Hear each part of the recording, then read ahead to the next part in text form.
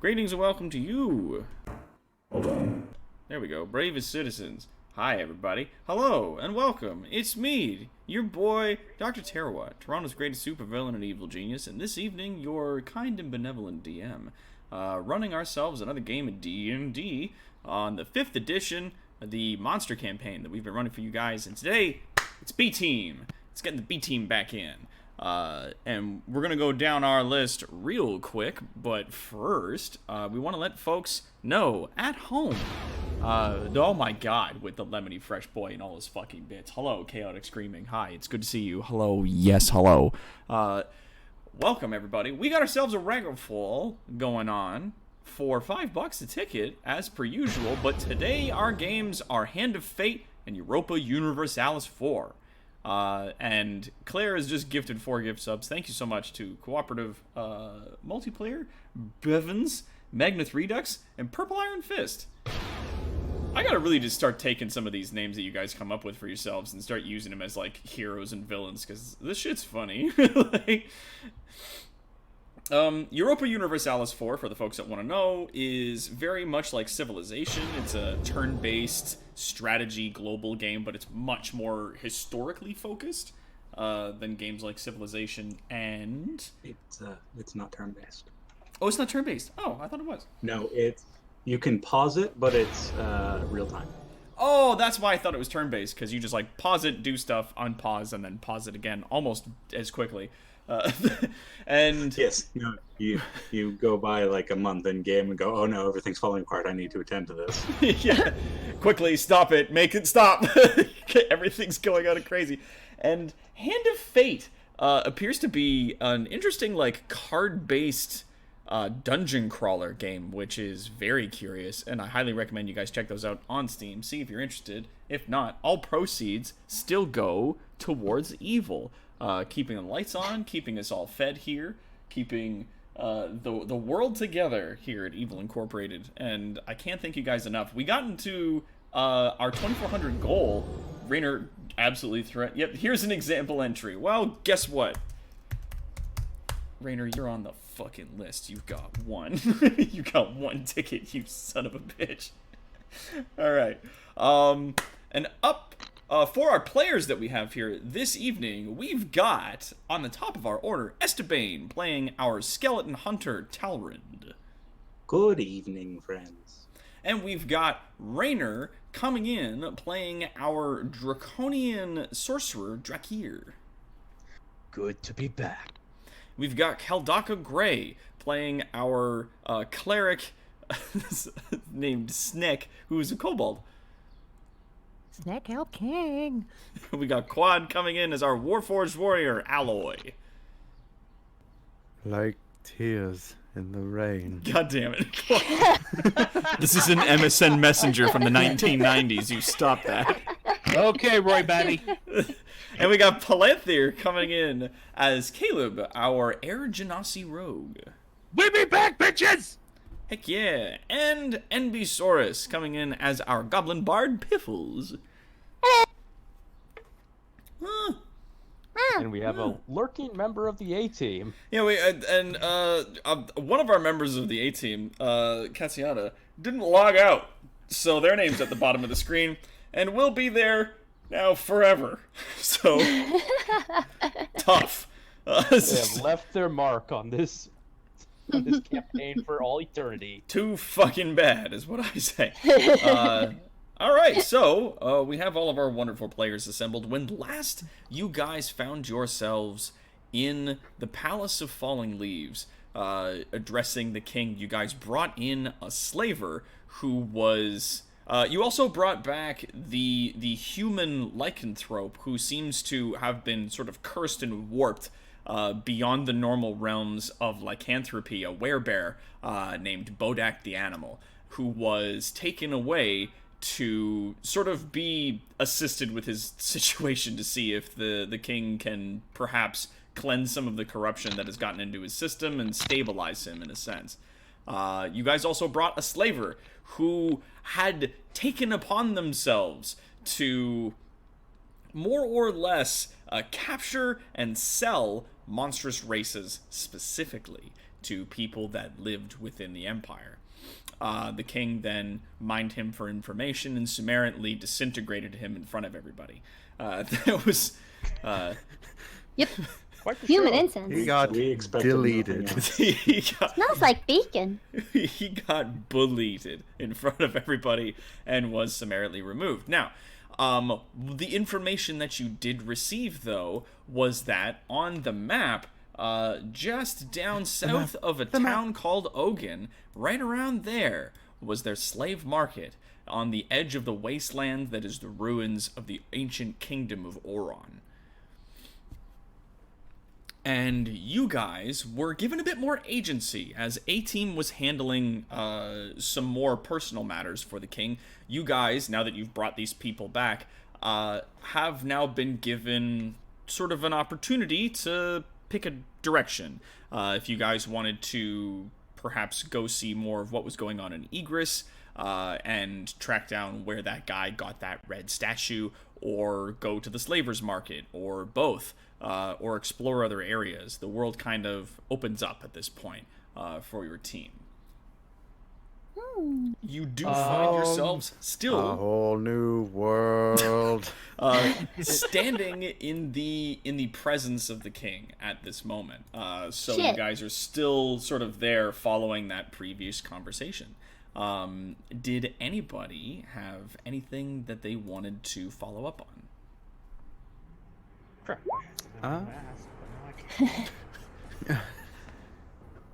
Sure.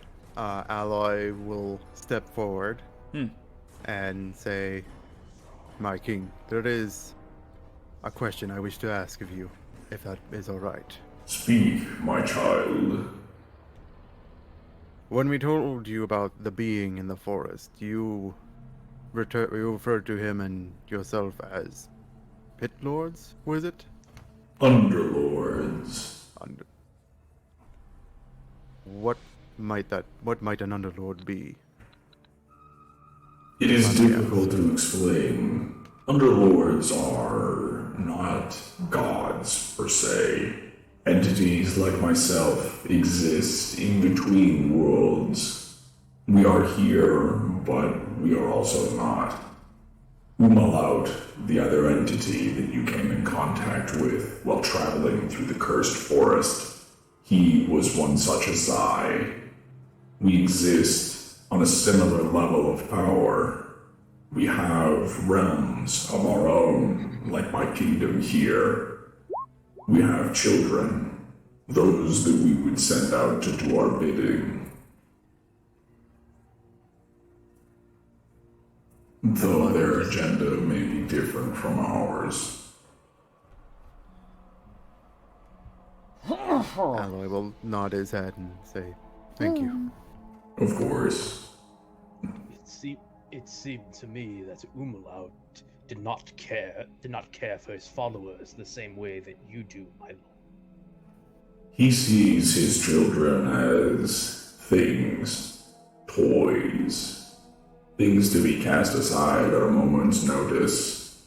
He forces his corruption upon others, twisting and bending them to his will through fear and terror. I have chosen a different path, and time will tell whose path bears the greater fruit.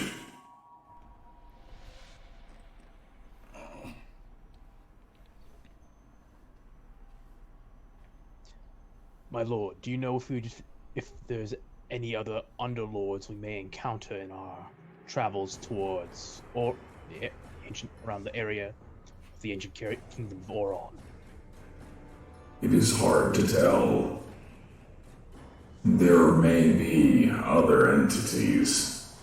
If Umalaut is alive, there's no telling what other entities we may encounter. From the kingdom of Oron, none of our scouts have really reached that far. You would be moving into areas of the Empire far beyond my reach, or at the very least, beyond my sight. There may be an entity within that realm. Oron was once a great and sprawling kingdom, It was lavish in gold, jewels, and magic. But almost all at once, the land became poisoned. Life seemed to drain and corrupt and die. And then eventually, it was gone. Disappeared into the realms of sand and stone. Now only Obion, the small town at the edge of the wastes, exists. Only legends are told of its previous splendor, and treasure hunters and mercenaries make their way into the deep infested crags of that land, searching for the treasures long past.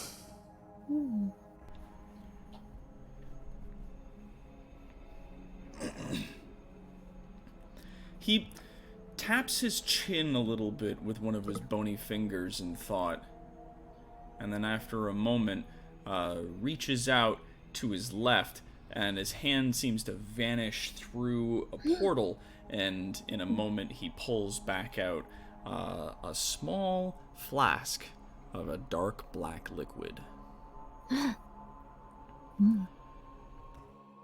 Who among you would carry this essence? What's it do?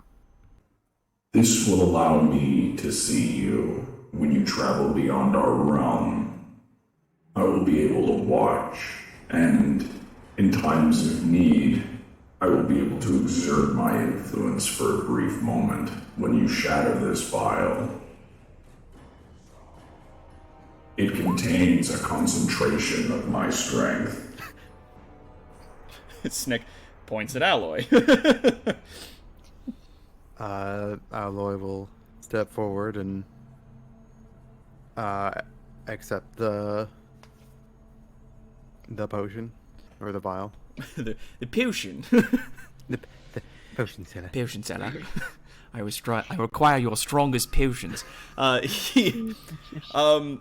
As you step forward, he extends his hand in the small ornate vial, about the size of a can of Coke. It's very, very fancy. It's made of glass. It has little woven handles on the sides of it. It's braced in metal. Floats towards you, and lands in your outstretched hand. You may now add to your inventory the essence of the Black King.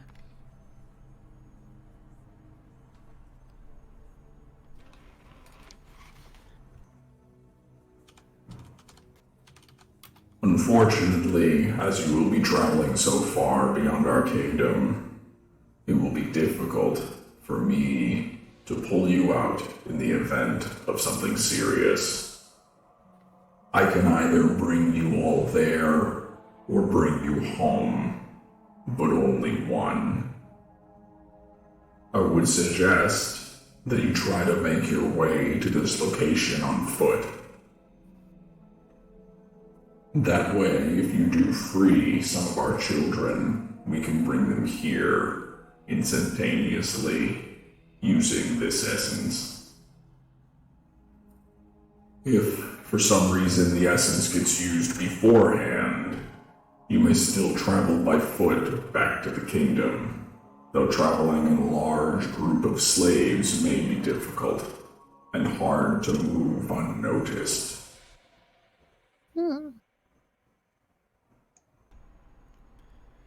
We will rescue all the people, King.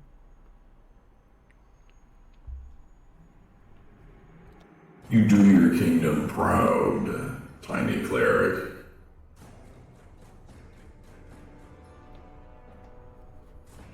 But as Sneck says, my lord, we'll do everything in our power to to tear down this den of slavery and bring back all of your people to you. All of our kin will be returned. They are, as they will always remain, free people. But we will offer them shelter, a home away from the Empire.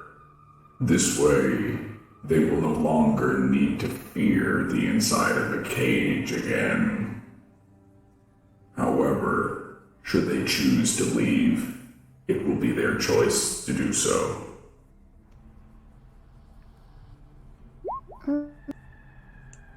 We would have it no other way, my liege.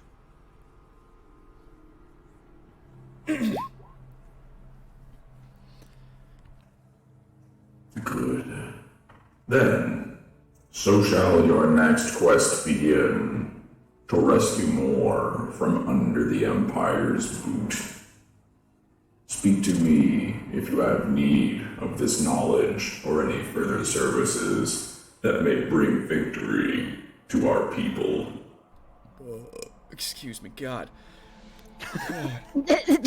I didn't want to burp through the king's voice. Oh, it was so hard to hold it back. My God. I think we're be here. It would have been amazing to hear that, though. Yeah, it's like holding back a sneeze. It's just harder as it goes along. Yeah, it's just like every second that passes is more pain. It's like, no. Ugh. The king did just devour some dude's soul.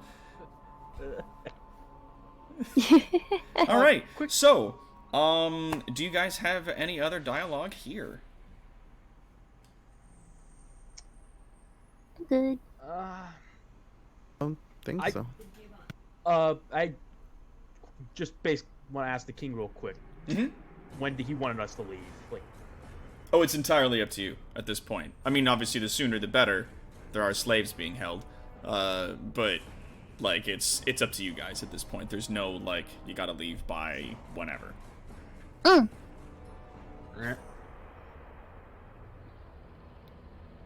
we kind of just turn. I do have a question, everybody. but I do have another question, but it's not for the king. It's for Benjamin Hyde. Oh, okay. So I think they'll come later. Well, I mean, he is, as always, waiting just outside the door, as you guys make your way out of the throne room. Do you have any questions for him in specific?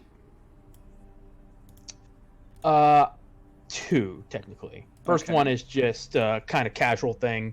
Okay.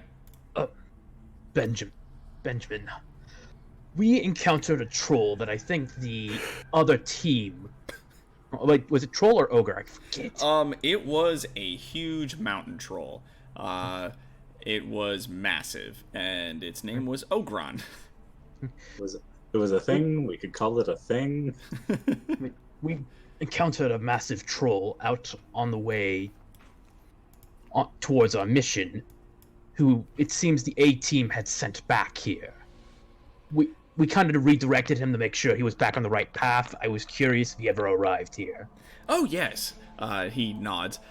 Several days just before your arrival, a large mountain troll by the name of Ogron did arrive, and, more than distressed a few of our locals. However, we were able to get the situation under control, thank goodness. He has been brought in and relocated to a section of the woods which was largely abandoned. He seems to understand mostly how things work, like he could come into town and buy things should he want, but I think he prefers to stay out in the open, amongst the trees.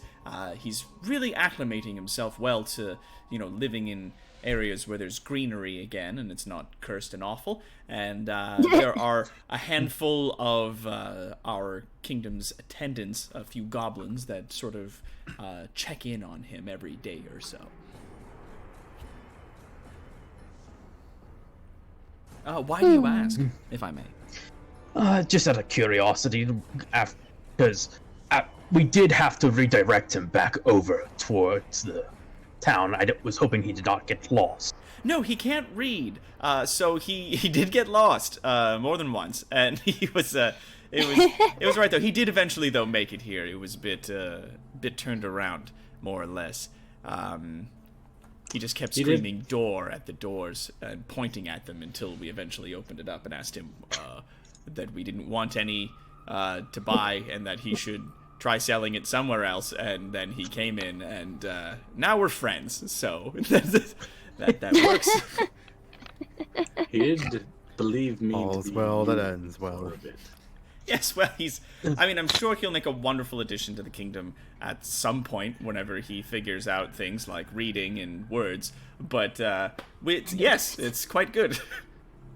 The second thing I wanted to ask you. Yes.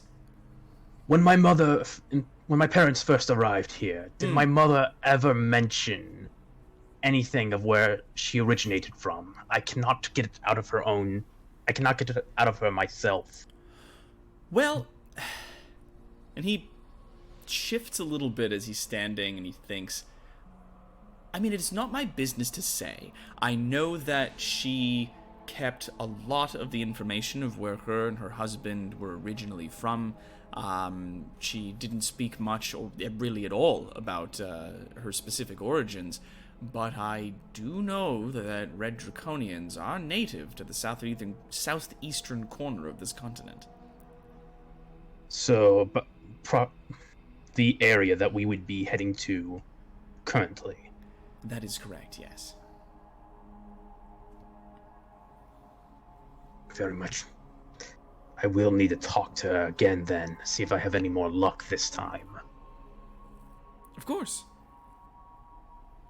And it's entirely up to you, of course. Anyways, is there anything else I may assist you with before you make on your way to the things that you're off to?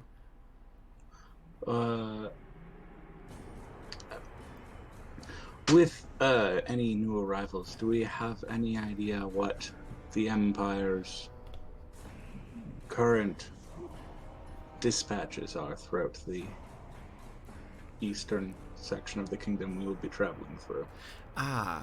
So they're patrols of where they keep their eyes, more or less. That information is unfortunately a little sparse. Our scouts don't move terribly far beyond the forest, and as it is, they do change those patrols up on a regular basis so as to sort of give us the slip, as keep one step ahead of both ourselves and any other ne'er-do-wells that may exist within their borders. Of course, they'll never admit that any such thing exists.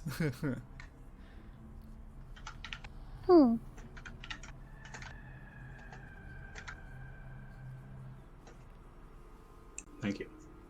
Of course. Well, while I've been gone, you have not seen passage of a young vampire through the gates, have you? I have not, no, Master Talrand. The moment that happens, though, I will be sure to make record of it and bring it to your attention immediately. I understand that it's an important thing for you, and I will be looking for any such person who may or may not arrive. My concern is arisen for the slavers in the woods and this umlaut who threatened. Indeed. Now, that does bring up the matter of moving unseen throughout the Empire. I would say that there are more than one way to move about. You seem to have mastered that at least somewhat, Talrand, with your ability to look like a living human man. And the rest of your party, I believe, in some fashion or another, may be able to somewhat disguise yourselves as living regular human folks. He looks over at Alloy, some more than others. So we'll have to figure that out. But there are, of course, a multitude of ways of moving through the Empire's territories unseen, laying low on some tall grass and crawling very slowly, or disguising yourselves, or using magic, etc., etc. I know not how much they're used these days, but I do know some of the back paths. The least well-traveled paths. Indeed, they do exist. Oh, sorry, sorry for going out of character and asking a question, but I wanted to know, when it comes to level ups, are we worrying about how they occur in universe? Like, do we need to spend downtime to actually take advantage of them, or? Oh no. Just want to get it. when you guys got back and you guys leveled up and everything like that, I mean, especially for like a sorcerer, it would be sort of a combination between knowledge and just a natural growth of your talent in your ability to cast magic. And other things like that. Like, maybe the bard always did know this song, but haven't really mastered it until now with their ability to cast certain spells. Stuff like that. Thank you. Sorry for the interruption. Of course, no, please. Experience represents not a sudden marker where you're like, oh yes, I'm a higher level, but rather I've been practicing this for a lot of time. I've shot this bow a lot. I am now better with it. Yeah, it's not like games like World of Warcraft where you're like picking flower, picking flower, picking flower. and then suddenly you're better at things. Like it's. I guess this flower has allowed me to murder people extra well. Next thing you know, it's pick it. Ah! It does remind me of the Death Lord Inscriber combination that happened, which continues to be hilarious. Doc? Oh yeah. Which expansion did Death Lord come out with? In World of Warcraft, like Death Knights? Yeah. That was the Frozen Throne. Wrath of the Lich King. Yeah, Wrath of the Lich King. Third Death one. Knights and the inscription tree.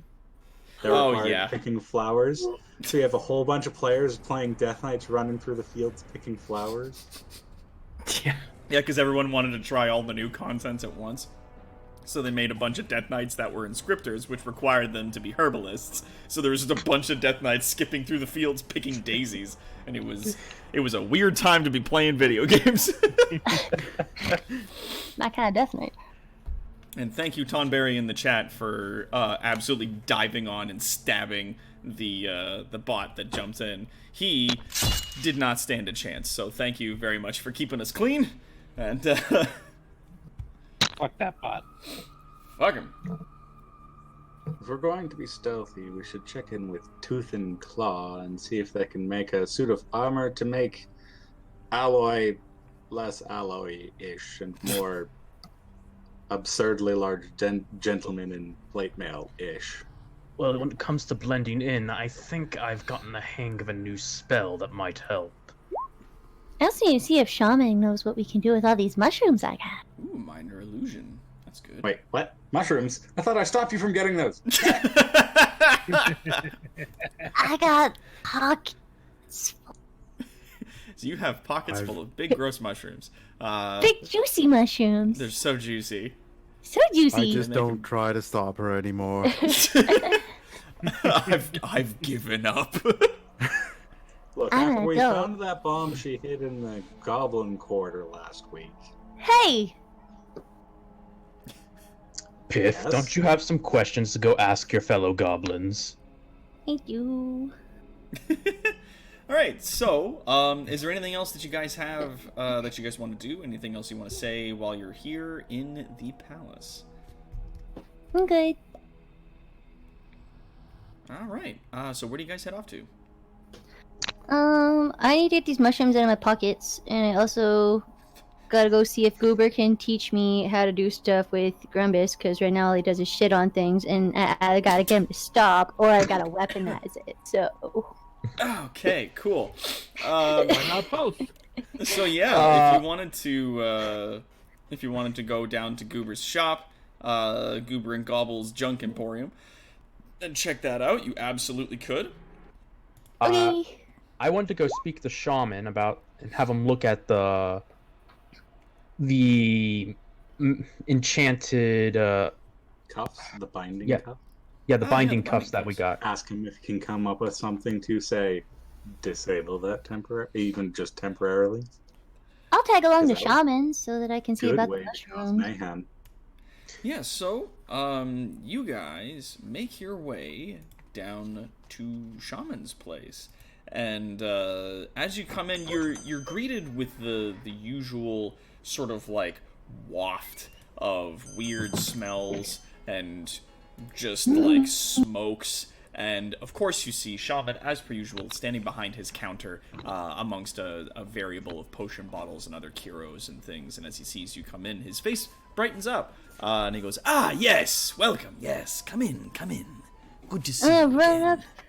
Run up to the counter and Shaman, I got all these mushrooms! And I take them out of my pockets, and I just put them on the counter, and there's, like, all different shapes of mushrooms. Can you tell me these do fun things, or splody things, or things that I can use to kill people, or things? So you slam down some mushrooms. Or pizza? On the counter. And his eyes kind of, like, his eyebrows go, like, way the fuck up. In sort of surprising confusion all at the same time. And he's kind of like... forest. He's like, "Oh, so you found these in the woods, did you?" They were really weird woods, and Drake here said that it was wrong woods, and I want to know if these are wrong mushrooms, or if they're fun mushrooms, or if they're pizza mushrooms. It's like, what kind of mushrooms are we talking here? He sort of like say... looking at one of them, takes out from behind his counter like a large pair of tongs, grabs one of the mushrooms and holds it under like a large magnifying glass lens that has like many other lenses that can sort of snap into place, that are all of varying colors, and he sort of flicks through them a little bit as he's looking at them. Snapping down one of the lenses, though, he freezes a little bit and goes, "So there is corruption on this. I see. Yes. I see." I figured the entire woods had been tainted by one of the Black King's rivals. So does that mean I can use them as a weapon? Not a rival. Weaponized Underling. mushrooms? Well, see, with this one, and he turns over one of the red with white spots mushrooms. He says, "There's a less corruption in this, as it's already fiercely poisonous, but not in the way you'd think. It makes the imbiber, if you eat it, hallucinate wildly and then shit yourself to death.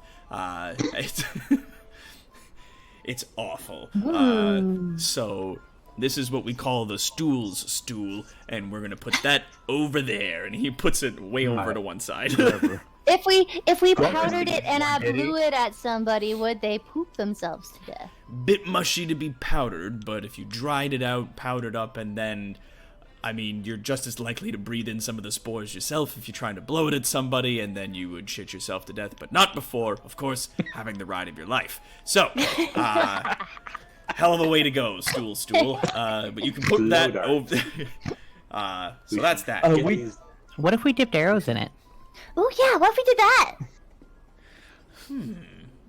If you mushed it down into a paste and then put it onto some arrows. Or daggers? I've got daggers. You guys gave me lots of daggers. Somebody who literally cannot poop himself to death. And he looks over at Talbot and goes, "Oh yeah, no, you should probably hold these, right? Like these." But I mean, you have to make sure, obviously, you wash your hands whenever you touch them, because we don't want you touching these and then touching someone else and then all of that happening. So, or maybe you do. Depends on who you're about to looks talk at her to. hands and then wipes them off slightly on her. I'm good though. I don't feel any higher than normal. Shaman hands you what is the fantasy equivalent of a wet nap, and then takes his tongs and picks up the next mushroom, which is black with some green spots on it. This is the very big juicy one that you picked up and jammed in your pocket. Yep. And he goes, juicy mushrooms. I have 12. How many? I have 10 big juicy forest mushrooms in my inventory. So under normal circumstances, I have seen one of these before. Normally, this is just, your average poisonous mushroom. You eat it and you die. But now, with the taint and corruption soaking into, for some reason, these mushrooms a great deal more than some of the others. I'm not sure exactly why, but these make you go blind, and then your bones start to rot, and you fall apart. It is awful. And he puts it in an empty jar on the Feeling that I desk. should change my pocket. And the third mushroom that you brought, and he picks it up with tongs, and he puts it under the lenses, and it's just a brown mushroom, and he goes, "This is, click, click, click, a mushroom. This is normal. This is a normal mushroom. It doesn't appear to have anything wrong with it." He puts it on the table. What about the other ones? Well, there's just the 3. There's just a... Okay. So do you want? Could you make them into stuff for me to use for weapons? And then, well, I guess this one she picks up the normal. I guess I could just eat that one. She eats the normal mushroom. I was hoping I could eat that. Never mind. we don't get a lot of mushrooms down here, and damn it. I'll make you more uncorrupted ones because we're going back up there, and there's got to be uncorrupted places if we're going back up there. So Yes, I can bring you more mushrooms. The more things you can bring me, obviously, the better. So good. Yes. Well, Yes. If you like, I can grind these into a paste for you. Sure. And then give them to you in safe vials so that you don't accidentally kill anyone you don't want to kill sort of situation. Okay. And he with his tongs picks up the red mushroom with the white dots and he puts it into one of his mortar and pestles and he grinds it down into a paste and then gingerly using other tools scrapes the paste into a large sort of potion bottle and then puts a cork on it, puts it on a table.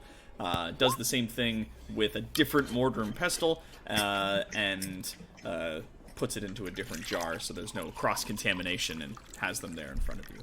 All right, so there you have your stool mixture, and here you have your blind bone mixture. Okay, cool. Piffles. Yeah. How would you feel about I hold on to those just in case? But I was gonna tip my daggers in them. Thank you for the bits, Kara. But yeah, no, I'll keep you guys kind of appraised as to how much ish is left when you dip things in it. Okay, I'll give them to him to hang on for now, just because he can't die. So Yeah. Just. Wait. I only care for your safety here. Just. Well, I didn't blow anybody up on the adventure, so. Piffles, it makes more sense for him to hold on to them because you can just dip your daggers at the beginning of the day. This is true. You want to make sure, obviously, that whatever you sheath those things in, you're being very careful. This stuff is so potent. And also Daggers need sheaths? You guys just gave me a bunch of daggers. The blind bone mixture. You be careful if you're carrying that. He points at Talron, because that will kill you. So just mind yourself as you hold on to that. Might want to give that one to Alloy. Oh. Not the worst idea. So that maybe we could just paint Alloy in it and then run him into battle? That'd be one way to win. I like the way you think, Piffles. What was that? Poison war paint. Alloy, we're putting on your war paint. I do not believe there is enough to paint me. No, we just gotta put a big smiley face on him so he looks friendly, and then he goes in and he just smears it all over. It's war paint. You just put in tattoos on the back of your hand so you can slap people with it. And someone I believe it would be more effective to put it on a weapon than on my body. We could just give you poisonous fisticuffs. It remains a possibility for the future. It would be real satisfying to poison punch the Now fuck for out the of someone. primary reason for our visit. But I know you could back someone. You I could slant- backhand someone so badly they shit. he can do that without the potion. Yeah, he doesn't need potions for that. Just one wham. I'm going to beat the crap out of them. While this is going on, Yes. I put down the binding cuffs onto the desk. And he kind of just looks at him and takes another set of tongs out. And a lot of the other tools that he uses that he touches things with already, he puts either directly into the coals in the fire that are underneath the large cauldron that he has, or he puts them in a large wash basin sort of off to one side, where there's a large pair of gloves hanging on the wall. But he takes out a fresh pair of tongs and he grabs the manacles and puts them underneath the lenses and click, click, click, click, click, click as he's looking. And he goes, We liberated these from some slavers. Slaver's cuffs, I see. These are interesting. They stop you from casting while they're active. Limits the flow of magic within the body. Would you have anything that disables them in an area or Disables them. Well, I mean, when they're open, they're not active. They only become active once they've been locked. And the lock appears to be mundane attached to them. They're not magically fastened shut. So if we want to get the keys replicated, we would need to go to the Hammer and Parts, Fangs? probably. Tooth and Claw. Yeah, that one stone Hammer troll Claw. that lives under stairs. He makes the Hammer Claw. gadgets and things. Tooth and Claw are more weapons and, Oh, and armor. yeah. The big guy who fixed my bagpipes. He fixed your bagpipes, really? He did. Now I love they're that floaty absolute- funtime bagpipes. I love that Oh, absolute God. surprise in Shaman's voice. Yeah. He fixed your bad bagpipes. He fixed your He shit, gave me and this you're fuel in for my him, shop. and That's I'm gonna awful. open one of the jars of fuel and go, see, he gave me this really neat smell and stuff, and I put it in the bagpipes, and then apparently they shoot fire. No. Biff, close that! And I put the lid back on and put it And back he goes, in my bag. oh, that's why he ordered those. Okay. Yeah, no, I Oh, you made can the make fuel for him. Yes. Oh, that's awesome. Okay, mixed cool. it I for will myself. remember that. And this is why Piffles is not left with the poisons. Hey! I got a new thing in a jar. Wake Smell! It's like, I am a capable adult. The explosives can go off if you bring them near sources of ignition. The poisons can kill people if you open them. No fun. Who has the Hey, pen? hey, I gave up and let you just pick the mushrooms you wanted. No complaining too much. Not complaining. right, so do you have that instrument on you right now? Yeah, it's just empty. Okay, I would like to kindly ask you to get out of my shop. That's It's empty. It's just normal bagpipes, right? You know, I have to put the fuel in it or it can't do shit. fine. You brought me fun mushrooms, even if you did eat them in front of me. I'll allow it. Just wondering, what are the mushrooms in front of you? The Something one you tells said me. wasn't poison. I mean, something tells me he's keeping a track of numbers of things that Piff has done it within his shop. You have explosive bagpipes in my shop of highly flammable items. Please get the fuck I am out. staying away from the fire. Starts charging everyone a hazard fee every time she walks into the shop with us. What'd I tell you about coming in here? So far, I've only managed to burn part of my hair off, and I dipped the other half of my hair in some weird dye, and now it's purple. It's not my fault. Both Right, of but, those sound like your fault. So, No, it was accident. if you're looking to have the keys made... Wait, no, you guys have the keys for this. Yes, Yeah. but Yeah, you guys we got the look- keys off of one of the dudes. I think we are were being missing sent one to- of them for the one that we got off of Bodak. Yeah, the ones that also you have. the ones that you got off Bodak were the same as like the ones that you found off of one of the other guys as well. Each of the guys that was carrying a set of those manacles had a set of keys for them as well as some other keys that go to things that you're not familiar with. I was gonna say you also have a pair of backup keys. I do, yes. Yeah. I was referring to me. Yes. I also have backup keys with me at all points in time. Yes, now if we need to restrain a caster, we have methods to do so. But the question I was looking for is there any way to disrupt the casting disruption? Or to like Before shut off the unlock. enchantment. Yes, we are being sent to a location which is highly likely going to have a lot of our kin in these. Sorry, let me close my window. It is the end of the world outside. So you're looking to temporarily disable the enchantment. Either temporarily or permanently? You want to make a pair of fake cuffs, is that it? Mostly to temporarily disable it, possibly in an area if we could. For Basically, we have to try taking an entire camp of such of folk with We're on a more mission to. helpers. Oh, you're looking for a way to disrupt these in the field. Aye. Yeah. Ooh. And he kind of pores over some of his notes and a few of the items on his desk. What you'd be looking for is anti-magic. Hard to come by. I mean, this enchantment, while relatively rudimentary in its construction, is very potent in its execution. So it's hard to disrupt something like this with your come-and-go low-level disenchantments. Disenchantments also take time, so it's hard to say. Now, that being said, it's not impossible. And he kind of pores over some of his things. I mean, I've got some powder, some anti-magic powder.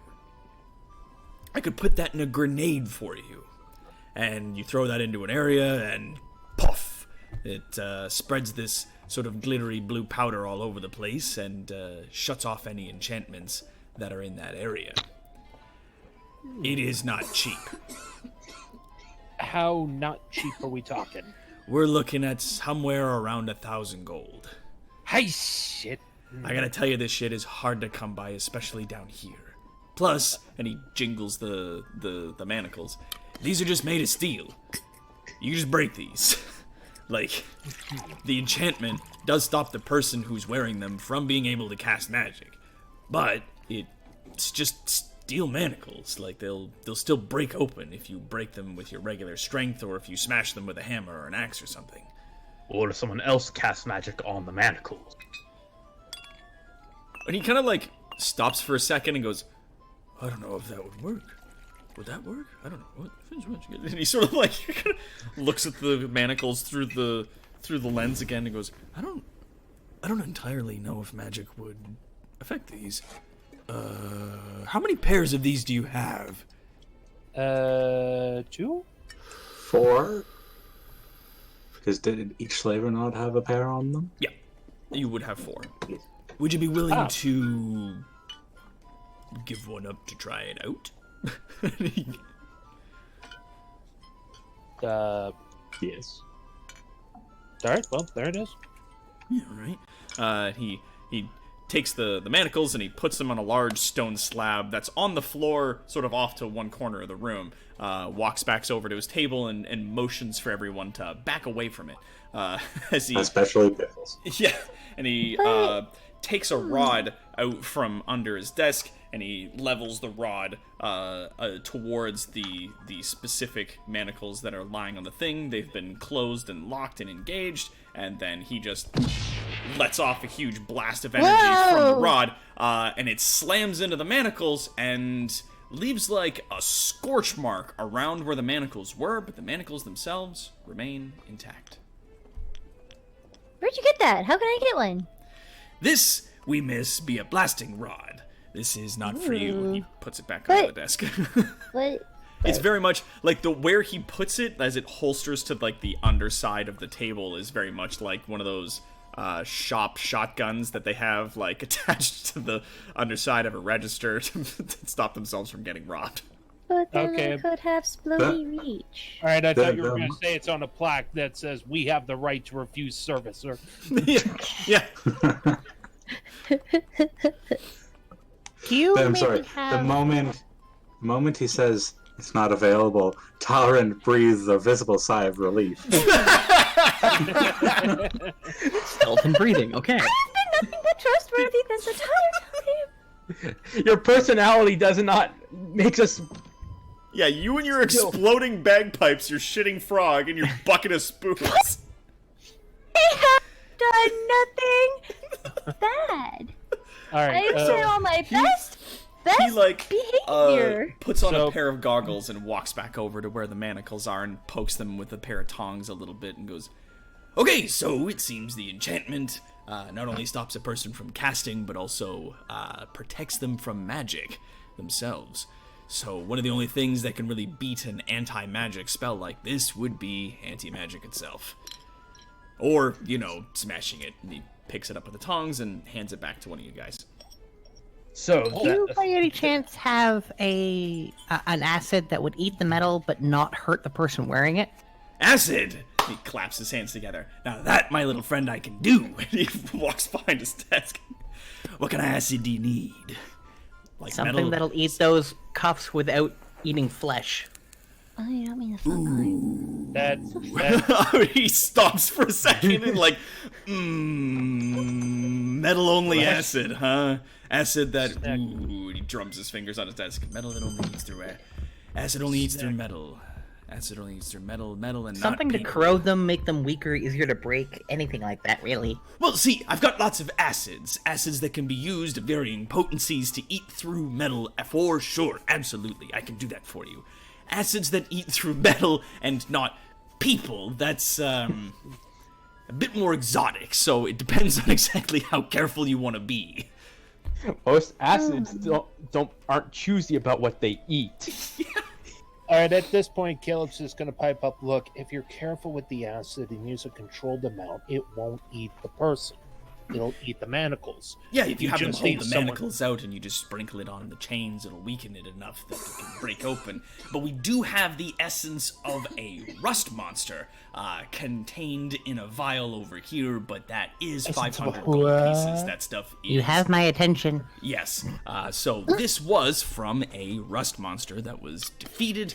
It dissolves all metals when it comes into contact with it. It's more of a powder than a liquid, so you really do need to be careful about inhalation. However, it doesn't affect living people. You, he points at Alloy, need to stay the fuck away from that, because it will absolutely fuck you up. So, however, again, it's a bit more exotic, as it only affects metal and doesn't affect anything else. I could brew it into a liquid for you.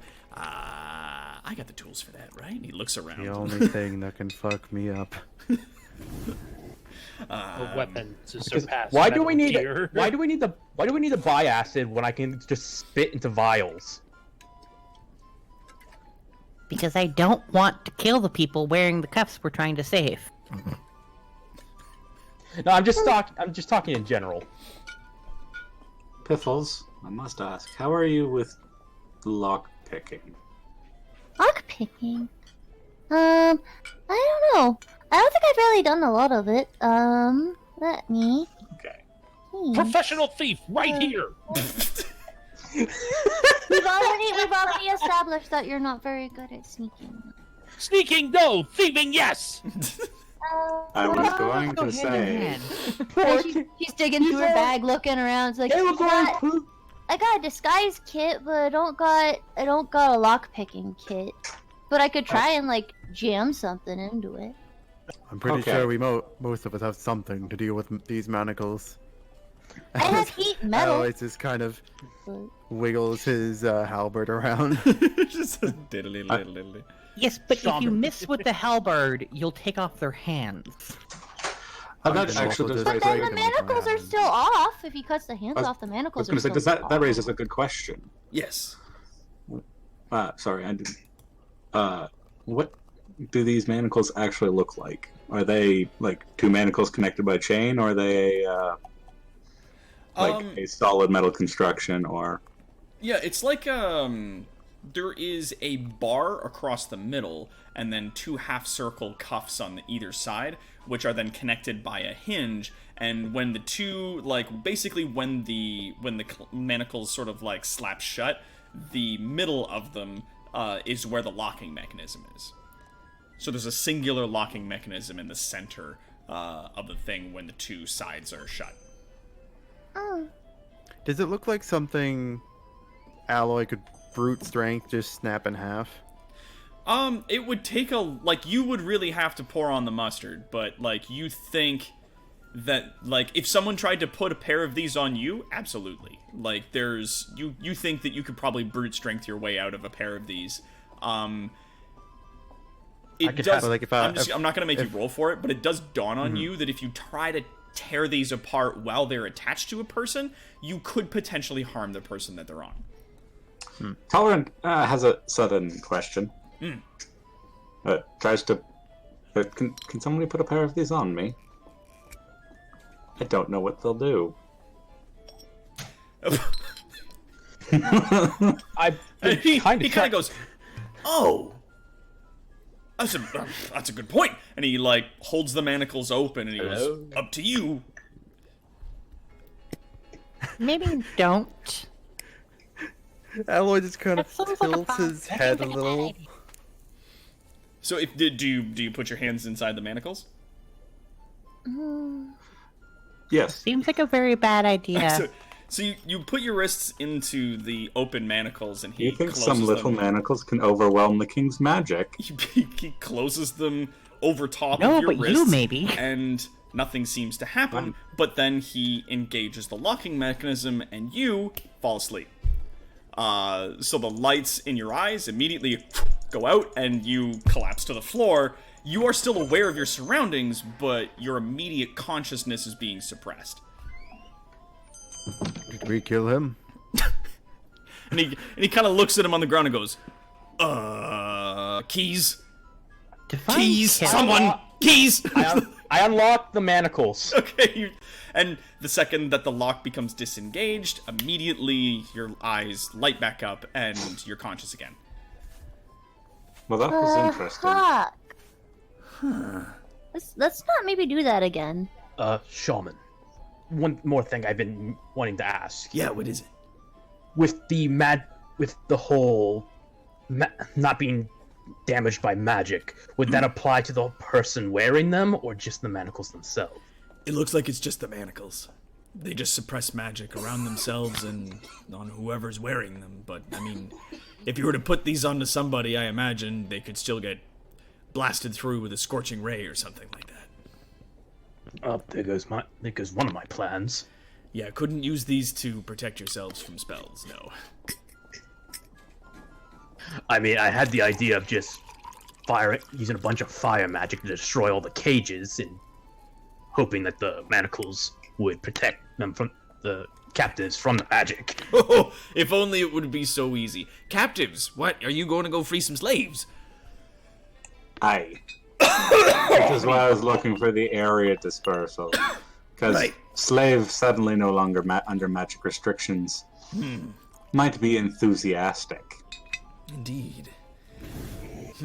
I mean, even if you did manage to disenchant these while the people were wearing them, they'd still be in cuffs. They could cast magic, but they'd still be in cuffs. And that would be problematic for somatic component. Precisely. Now, we do still have this powder of a rust monster, this essence of a rust beast, that we could give to you in a powder form, and you could maybe make a grenade out of it.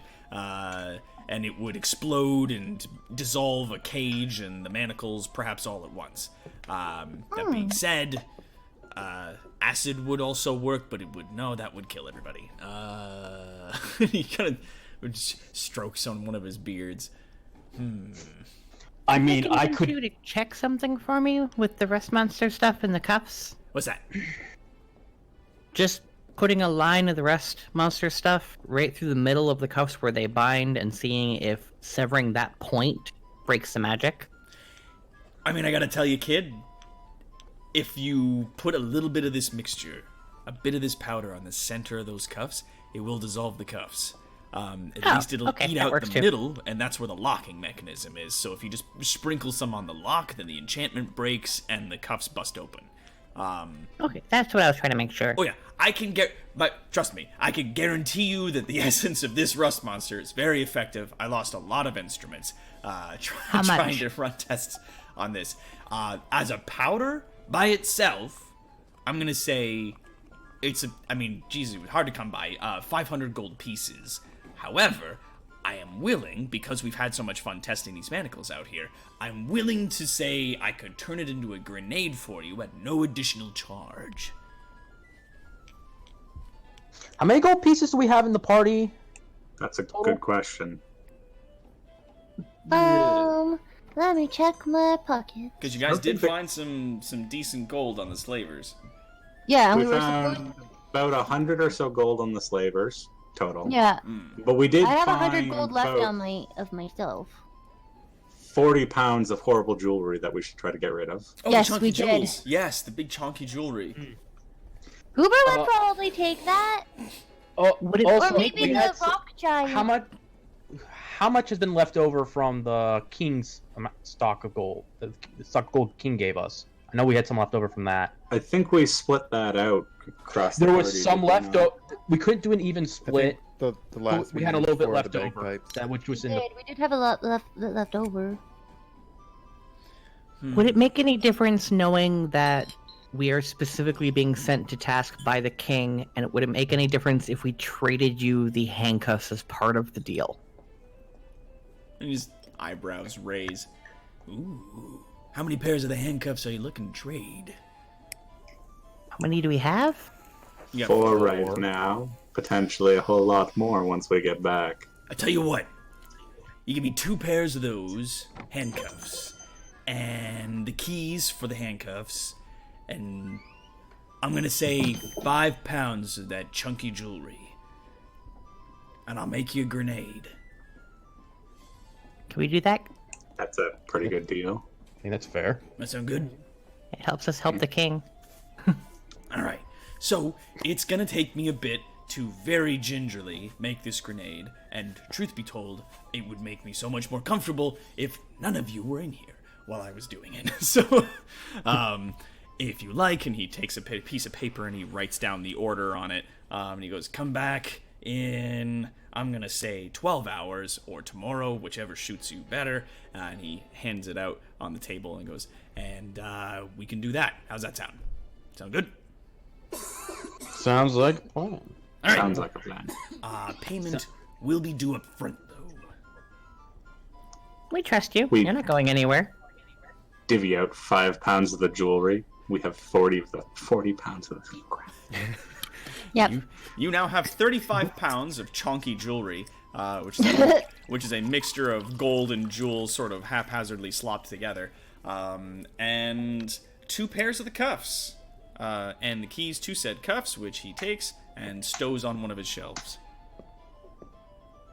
I'm going to say we might want to hold on to the other 2 pairs, just so that we can use them on slavers if we encounter any slavers that are magical. Aye, higher rank ones perhaps. But direct kingly interrogation might be the most effective.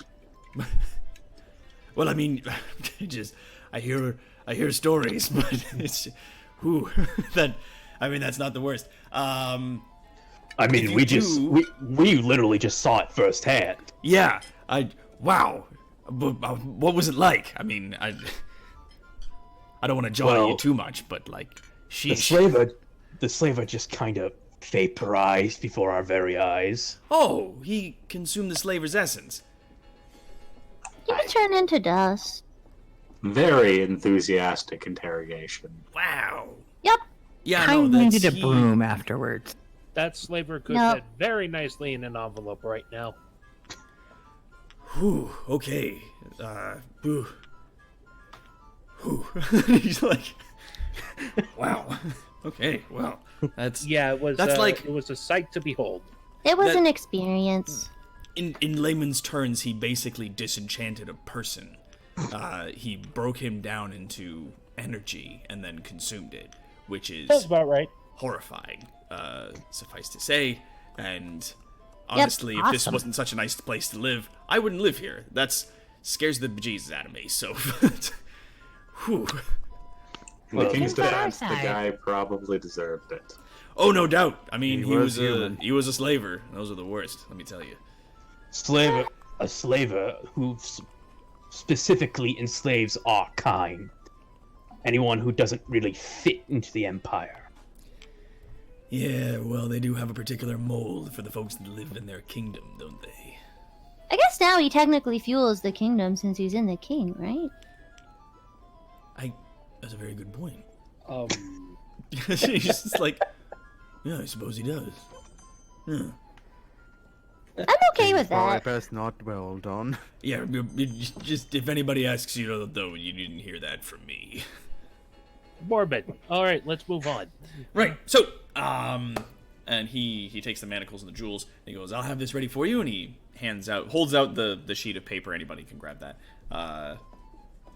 He goes, I'll "Good." go ahead and grab it. Yeah. So then he's like, "All right, I'll see you in a bit. I'll make this into something that you guys." Now, you said you wanted a grenade to disperse the powder, not for it to be put into like a paste or a potion to be poured on things. Right. We want to. I don't know. Okay. We want to catch as If we many use of a the grenade, cuffs. it's only one use, and if Yeah. we miss, it's a big problem. Yes, if but we the leave it idea as- is we're going to throw into a group of people to try and hit as many cuffs at one time as possible. Yes, but we have a sneaky person. Well, in theory, we have a sneaky person who could sneak up and put it onto locks and manacles directly, and it would get more use by spreading it out versus a lot of it just Well, being in the air. If I can, if I may, impart my wisdom, if you're looking to break into a slaver's camp and you got folks among you that can pick locks already, I'd say if you're gonna go quiet, then you pick the locks. But if you need to get a bunch of manacles undone and you need to get the cage down all at the same time and you're going loud and you're going fast, then, and he shakes an empty grenade canister, one of these might be your best friend. That's fair. That makes sense. And then if our sneaky person fails to be sneaky, we can just throw the grenade ahead of them and cause a disturbance. Exactly. Like, you got ways of opening these manacles quietly already, but doing them quickly and loudly and all at once, if things go sideways, then you have backup insurance, so to speak. Okay, that makes more sense. Yeah, we'll do that then. Alright, grenade it is. And he rubs his hands together and starts putting things into place and getting things ready, and then looks at you guys expectantly and gives you a bit of like a shoe motion so that he can work without... Yeah, without we being get out startled. here. Yeah, so you guys make your way back out into the market. Where do you guys head from there? You A know, small question I have to ask. What is the difference between a throwing dagger and a regular dagger? I don't know. size. I believe it's just the size, yeah. Throwing dagger would be a little bit more balanced towards the handle, so that way it has a sort of a counterbalance as it. Okay, is there a Right. difference in stats? Oh, I'm gonna point don't out you think can all Oh. daggers can be thrown. Yep. They by Don't think default so. daggers can be thrown as a throwing knife. Well, yeah, so that. I then- just don't think there's a difference between stats. Hold on. I don't think so, no. I think it's maybe a name thing So- because looking at weapons in the player's guide, it's literally just dagger, and then has stats to be thrown. So, does anyone need extra daggers, or should we give all 12 of the throwing daggers to Piffles? I got lots. I still have 10. I've got. How many did you guys get? I go into my pockets and I've got 16. If I can just speak out of character here for a moment. Mhm.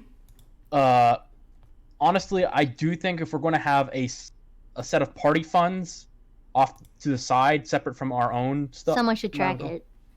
Yeah, we need to designate someone to track it, and they need to go back through the past broadcasts and figure out our total amount.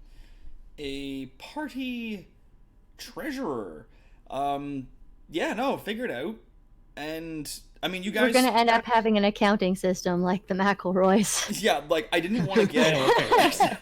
I didn't want to get like too much on you guys because I Okay. wanted to I like can as I do tell you like this is the amount of gold you find or these are the items you find and such. That you guys have been delegating that amongst yourselves and keeping it in your own inventories, so to speak. So I'm not having to sort of keep an eye on that myself. I do already have a list of some of the stuff we've gotten. Mm-hmm.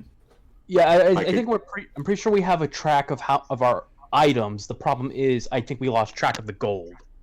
I was gonna say I could just go back and say like tomorrow watch those. I know exactly how much gold I have. I was gonna say, like, has everybody not been keeping track of their gold?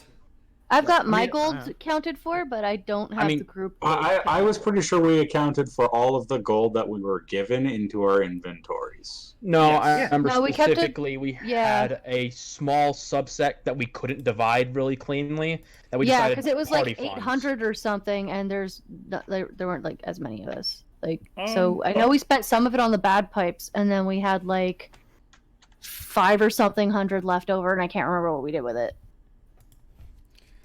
I don't I'll know. tell you what then. We'll just. Well, who wants to be the party treasurer? Not Probably me. best if I do it because of my +4 charisma and I have diplomacy trained. If with my demeanor, it's more likely that I'm going to be the one doing a lot of the shopping over Piff. Hey, Okay. why does everybody keep doubting me? I have done nothing but good. Well, in this specific case, It'd be it's- persuasion, not diplomacy. Well, I don't want to be the treasurer anyway, but come on. it's a case. It's a, be anyways, me. it's a Well, I case. don't. I'm not it- good at math, but It's haggling. Well, I mean, it's haggling, which you kind of have to Persuasion. you guys are mean. They've been a very good piss. You've been a very good Piff. You have been a very good Piff. And But- also, Why would anybody or anything? and also a big thanks to Mango Toad, who's donated $10.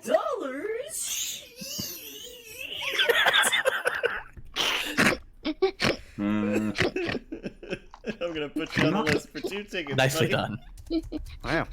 But honestly, it's like I'm also suggesting myself because it's probably something other people don't want to do. I don't want to do it, but it's just like my character's probably going to be the best haggler, so I might as well do it anyway. I do like keeping track of money, which is why I was commenting. But Well, Yeah, like, I don't want to do it, but like, stop being mean. whoever's holding the money doesn't need to be the person that's spending it, right? Yeah. So If it's like you- whoever's your accountant or whatever. It's just keeping track. That's all It's they're just keeping doing. track of it, and I'm Yeah. willing to just basically say, for sake of time and ease, that whoever that individual is that you guys choose, I'll just give you guys like wholesale, like 400 gold pieces, and we'll just give it to that person, and that person will be the treasurer, and then we'll move on. Can I add 50 gold to that so I don't have to carry it? Well, that's the thing. If you guys want to move your personal funds that you're carrying with yourself into that pile, then go ahead. That's up to you. But this Because would be it like seemed your that pool we were money. going to have our own personal funds and that we're going to have the party funds. Yeah. I barter for everything if it's not already apparent, so I'll just add 50 gold to it because I don't want to carry it because I'm very close to my max carry. I'm just gonna keep the gold that I currently have on hand because I don't think people want me spending party funds on things like buckets of spoons. I have 8 strength. I don't want to carry all the gold. True. This is true, yeah. Every pound counts. But yeah, Uh, so if... Now we got that tangent solved. sorry, that was we decided on Raynor, or I Yeah, think this- we're going to go Yep. with Esteban because if you want to do it, Who Yes, wants to do it? Not me. I will happily do it. Alright, I cool. like numbers. Okay, there, done. Decided. So, Esteban's the party treasurer. Esteban, you may add 400 gold pieces to your inventory as party money, and you can add an 450. extra 50 to that because Keldaka doesn't want to carry his pocket change anymore because he Snack. is a small. Yeah, that's small. Small snack. And that's the thing is that like that's party money can be used for whatever by the party. You all agree on spending that money. Blah blah blah. Now the question I have is, do we want to divvy out the 104 gold from the slavers evenly, Or throw that in the party pot. Let's chuck it in mine the in party the party pot, I think. party pot? yeah, unless we get a large amount that can be easily split between the 8 of us, let's just chuck it in the party funds. Even Sounds- then, Snex kind of spent There are most of 6 his of us. life either alone Sorry, or 6. I like don't- sweeping floors. My brain So- wants to say 8 for some reason. Because there's 8 pictures at the bottom of the screen right now. Yeah. He's But not very even. used to having lots of money. Yeah, there's the 6 of you guys, myself, and obviously Katsiana, who is still The in ghost. here. The ghost. Got to have money. You've got to have. Money. Okay, are we done? Can we go to Goobers? Yeah, would you guys want to head out to Goobers? Yeah, we've got 35 pounds of jewelry to sell to Goober. We might not want to sell all of that. I got a corgi-sized toad in a bag I'm dragging here. I want to go figure this out. Like, we probably going to sell most. We're probably going to sell most of that, but we might want to keep some because if I could use it with my disguised self to disguise myself as a slaver, and that'd be easier for me to infiltrate than trying to sneak around, because that's charisma based and not dexterity based. I gotta give Shaman some credit, because despite Piffles wandering in with a bag that would occasionally go ribbit, It's more like never brought it up. He's like, I this. just don't want to know. You grumpy toad. She has a fat, saggy bag that she's carrying around that just occasionally goes. There's some bits. And we got 1,000 damn, bits. To which he thinks stealing The that gold medal bits! for this week. The Damn.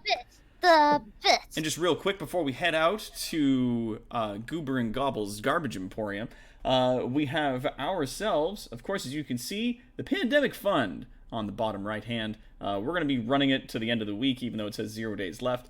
And in order to help us sort of pay the rent and move our way through a bunch of the things that I don't have listed here right now, such as like ASMR when we reach 26, we have a mystery thing at 28, 3,000 is going to be our VR, and then we have a few stretch goals that we put in after that, such as a Pro Controller and buying Resident Evil 3 and Project Resistance for Board Wonder so that he can join us in playing this absolute ridiculousness.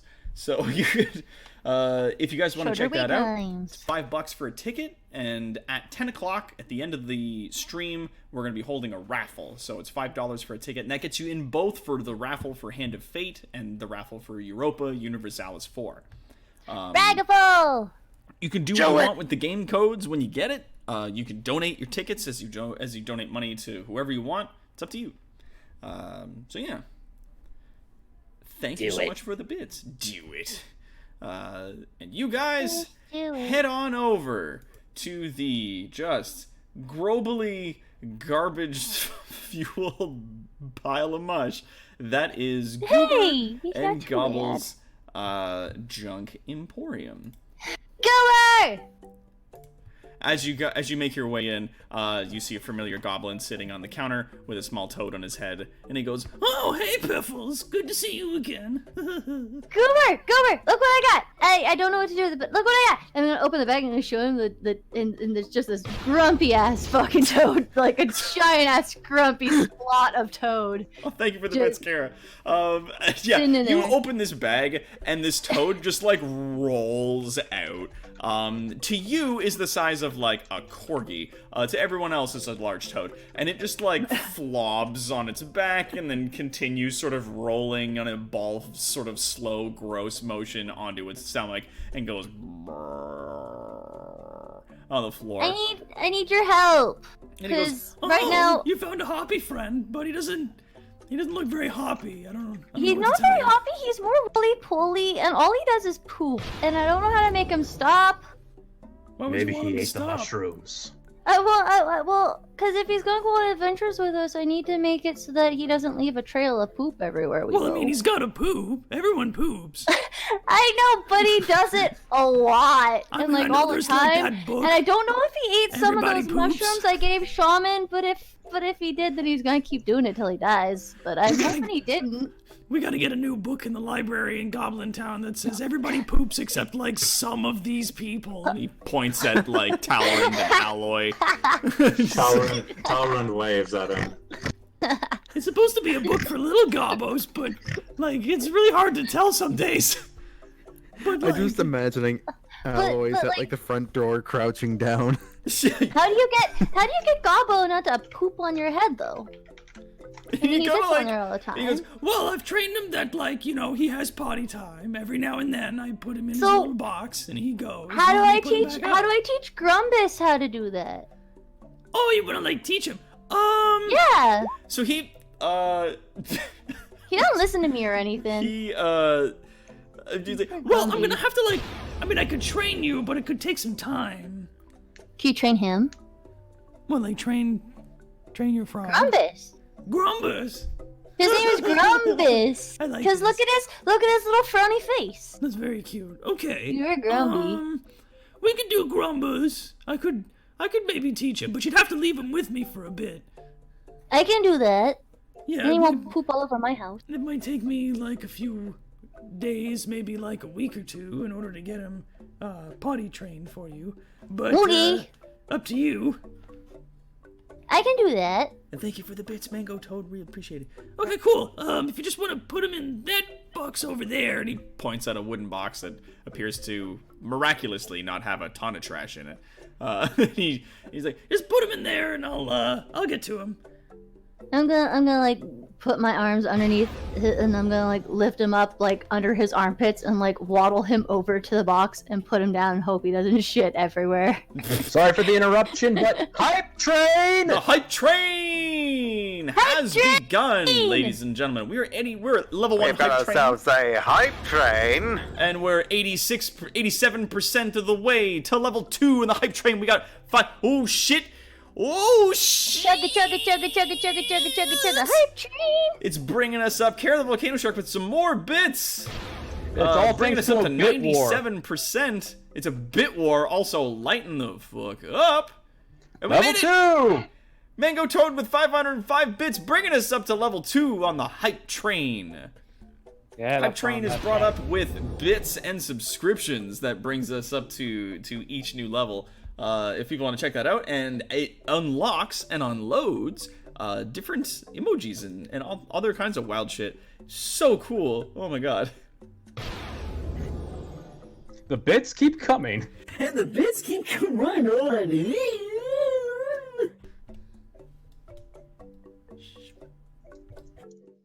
Man. Still going. Oh damn! And Iwichi Vinks with 500 more bits! Maximum hype! Yee. Thank you so much, everybody. You got this line. Oh, Jesus, Claire. Oh my god, Claire, hitting it! What? And NB Star is coming in with all that bits! Boosh! God, we're up to 73%. My god. Gotta hop on that hype Gotta train. get on that hype train. Gotta get in. Yeah. Oh my god! Lemon hides. Ah!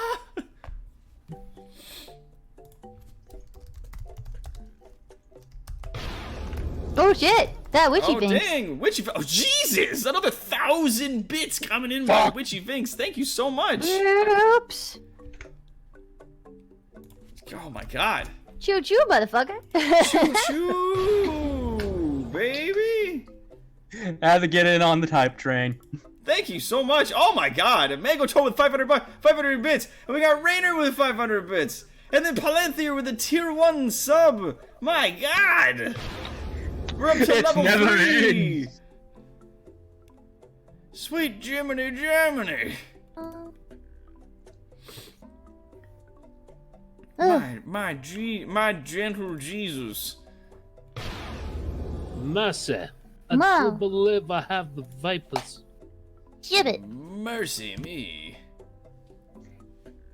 So I pick up the frog under the armpits and I plop him in the box and I pat him on the head and I will be back for you. It is like picking up a you slimy behind. water balloon. I know he's gonna slip and slide everywhere. He like slops and shifts in different directions as you try to pick up and move him, and it is just so gross as you try to move him into like a position that makes more Juicy sense. toad. Oh, so juicy. As you sort of like hoist and move him into another position, but I mean you get him. He gets in.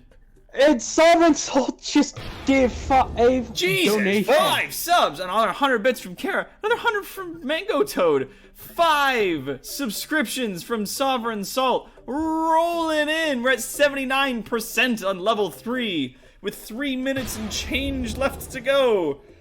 My god. Excuse me. Can we repeat the level 5 hype train from before? Can we break the level 5 hype train? Oh. I think it only goes up to level Shit. 5. I don't know. We barely just made it to 5 and then it ended. I don't know if it goes to 5 or if we can beat it or what happens. But we've got. Five. I think we hit that. I think we hit that limit over at Dan's stream previously. Oh damn. Damn. This is job. No, that's I'm gonna have to start doing some proper research into this VR headset because you guys are making me think like we might actually make it. it's given me a heckin' wow. Heckin' woof! Wow. Wow. Land of make believe. Wow. Wow. That's a nice streaming setup you got there. So what kind of stuff does Goober have for sale here? Jesus Christ! Holy shit! 5,000 lot of bits, Claire! stuff. You fuck! That's $50! Claire, Get you! Claire, Fuck! 5,000 bits is 100 Canadian Claire. to buy. 5,000 bits is it's 100 to buy. It's 50. It's $50. That We're at is 65%. Holy God! I drink. All right. Everybody, let's everybody calm down a second. let's all just take a minute. All right. This hype train has magnificently derailed the campaign. I am calm. Yep. Let's all just take a second to breathe because Right. a quick notification to people that when you're doing the bits, as Esteban pointed out, that's $100 that you would need to buy 5,000 bits. Yeah, that's $50 to me that we get later on. I only get half of the money that you're spending. If you have that kind of cheddar cheese to throw around, just Jesus Christ with the 1,500 bits.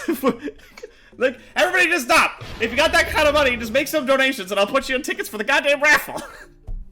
We won't be losing half the money to Twitch. A company that has enough money. Yeah, they're kind of running off of your cash instead of giving it to Doc. There we go. Yeah. Willow Grace donated $10. Thank you, Willow. Before I hit the hey nighty doc, I will. Oh, you want to do raffle tickets for Cal? All right, sweet. Ragaful. Regular full tickets.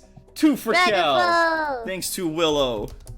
Willow. Right. Kara, You're gonna give them to Ragaful. Cal. Now, there are some people who do get bits because they like watch commercials or do whatever on the website, and that's totally fine. Yeah. But just why I like, had some. I was like, Jesus Christ, if you have like $100 to throw around in bits or something, I strongly recommend you just donate it for raffle tickets, and we keep the money. Mom. Mao. Yeah, it's like, but My I God. mean, like, even with watching ads, at most you usually only get 5 bits per ad. Yeah, Yep. it's just. And That was occasionally like- you get jumps like 100 bits, but it's like that's very rare. Yeah. And That was it's like the still last 6 very months of bits slow. for me. It's a very slow process. It is. Oh, of course it is. And that's to be expected, obviously, because it's Twitch. And we're on the hype train. Don't get me wrong. We're at level 4. We're at 88%. We're very close. But I'm just like, half of that money we could be putting towards like paying The rent. things and rent and everything, and I was like, and not going to the massive conglomerate that is Twitch. Please, my God.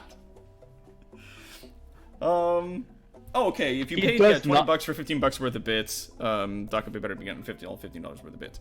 Okay, good. Yeah, it's just if that's like the kind of divvy you're looking for, like it's your money, do what you want. But it's like if you're looking to support the channel, direct donations are always better than bits and subscriptions. That's not to say that I don't still love the bits and subscriptions, of course. For those wondering, to donate directly, just scroll beneath the stream, hit the little coin with the dollar icon that says "Tip the Doctor" above, and that'll take you to Streamlabs' donation page. Yep.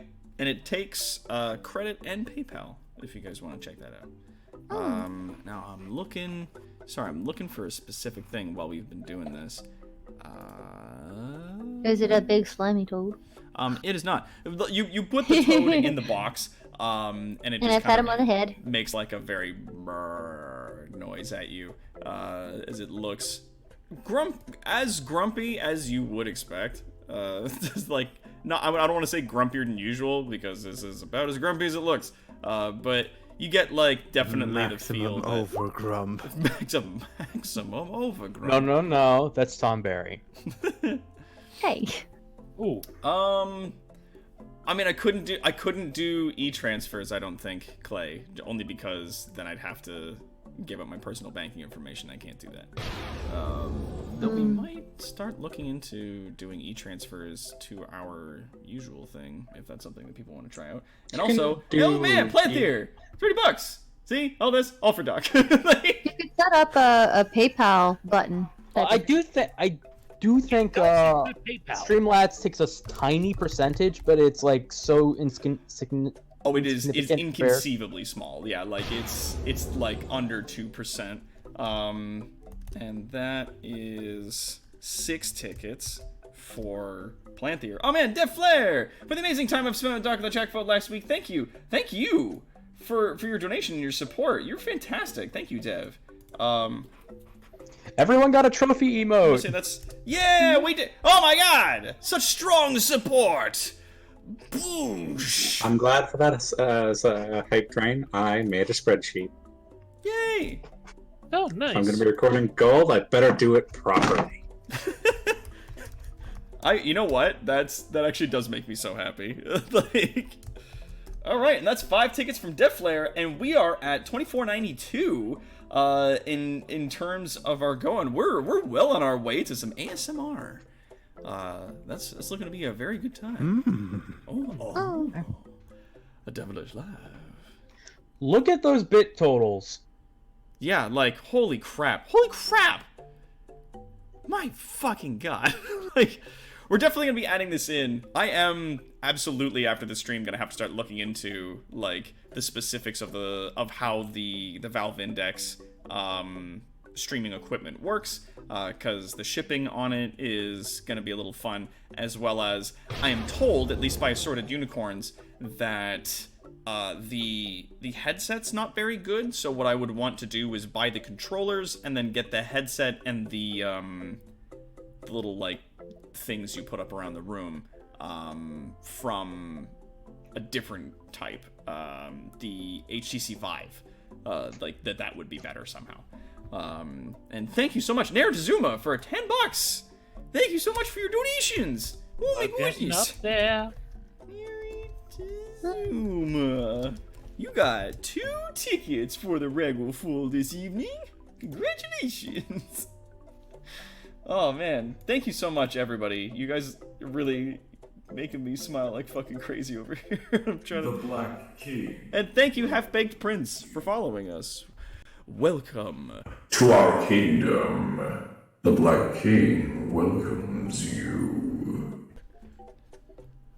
Welcome aboard. And Hi. thank you, everyone, for adding to the great gold coffers of our kingdom. Your loyalty is heretofore recognized. Senpai noticed us Great. all. Senpai has noticed you all! Behold!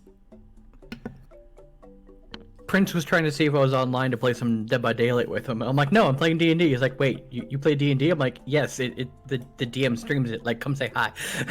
Yeah, come check. Look at this. What is this even? Oh man, so thank you so much, everyone, for your fantastic support. That really, giving me the vapors, giving me feelings. All you wonderful people. Look, thank you. Ooh. Okay, So, so we put the might just grumpy hit that- code. We might just hit that 3,000 mark. We may just by the end of the week, if not get very close to it, because this has been absolutely wonderful. Because holy bajoli, there everybody, holy beans.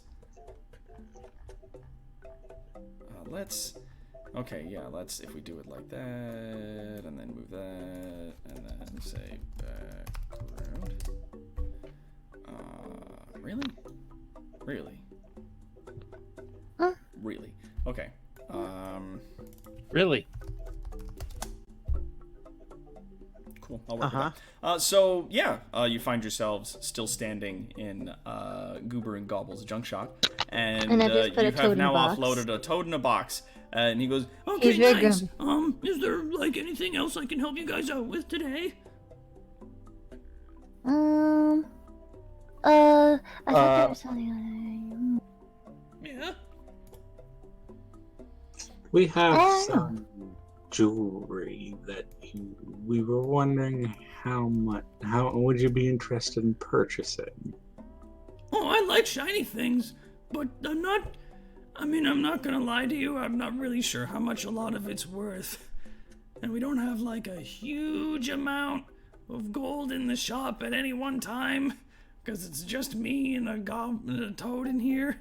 So, I can direct you to another jewelry shop that's around town, or, there is a lounge that does buy fancy jewels. You can just take it straight to them if you think it might be. Well, worth where's your that? time. I don't think this counts as fancy.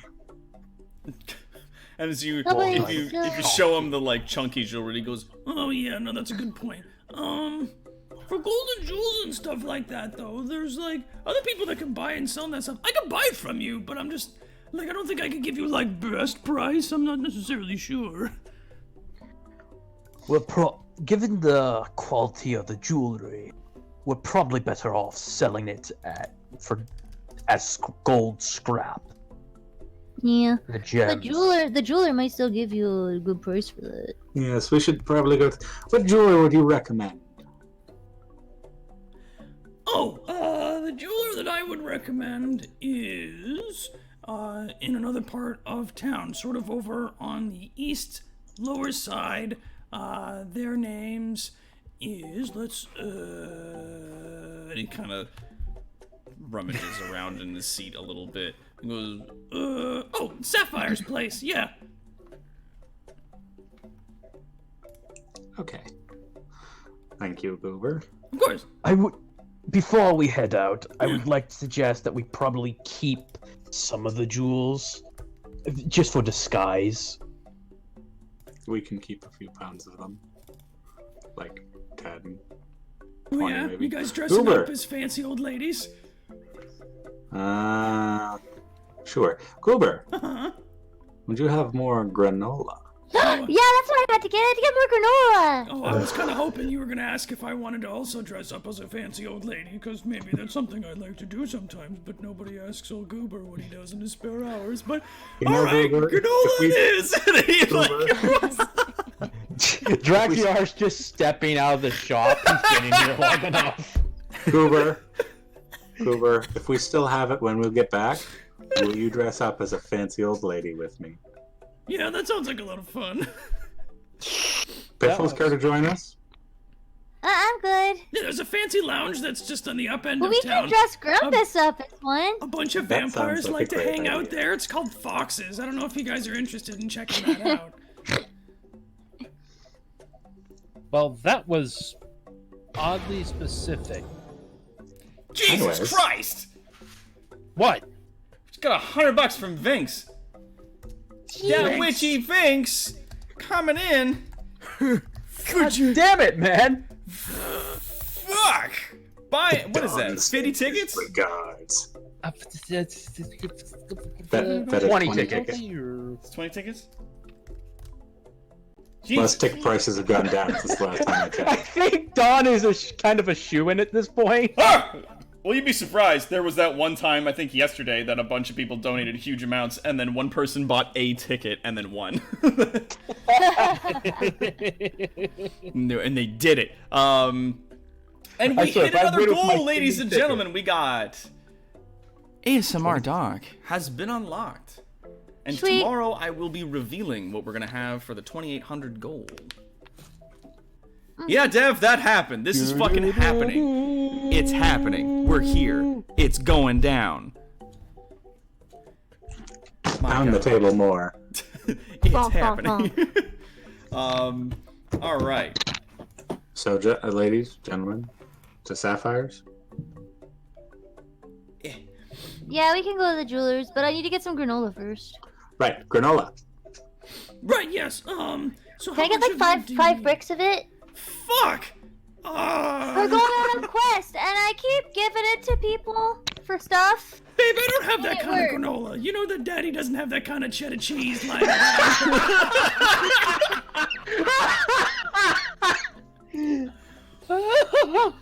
It's good for bartering. I'll bet it is. How many granola do you have? I've got 2. I've got 2 bricks of granola. Give us all your granola. How many would you have tomorrow? Oh God. If I make some phone calls, I might be able to double that number, but I'm gonna have to close up shop. I require Okay, I'll just take the. Gobble, we're closing up early. You will give me a granola.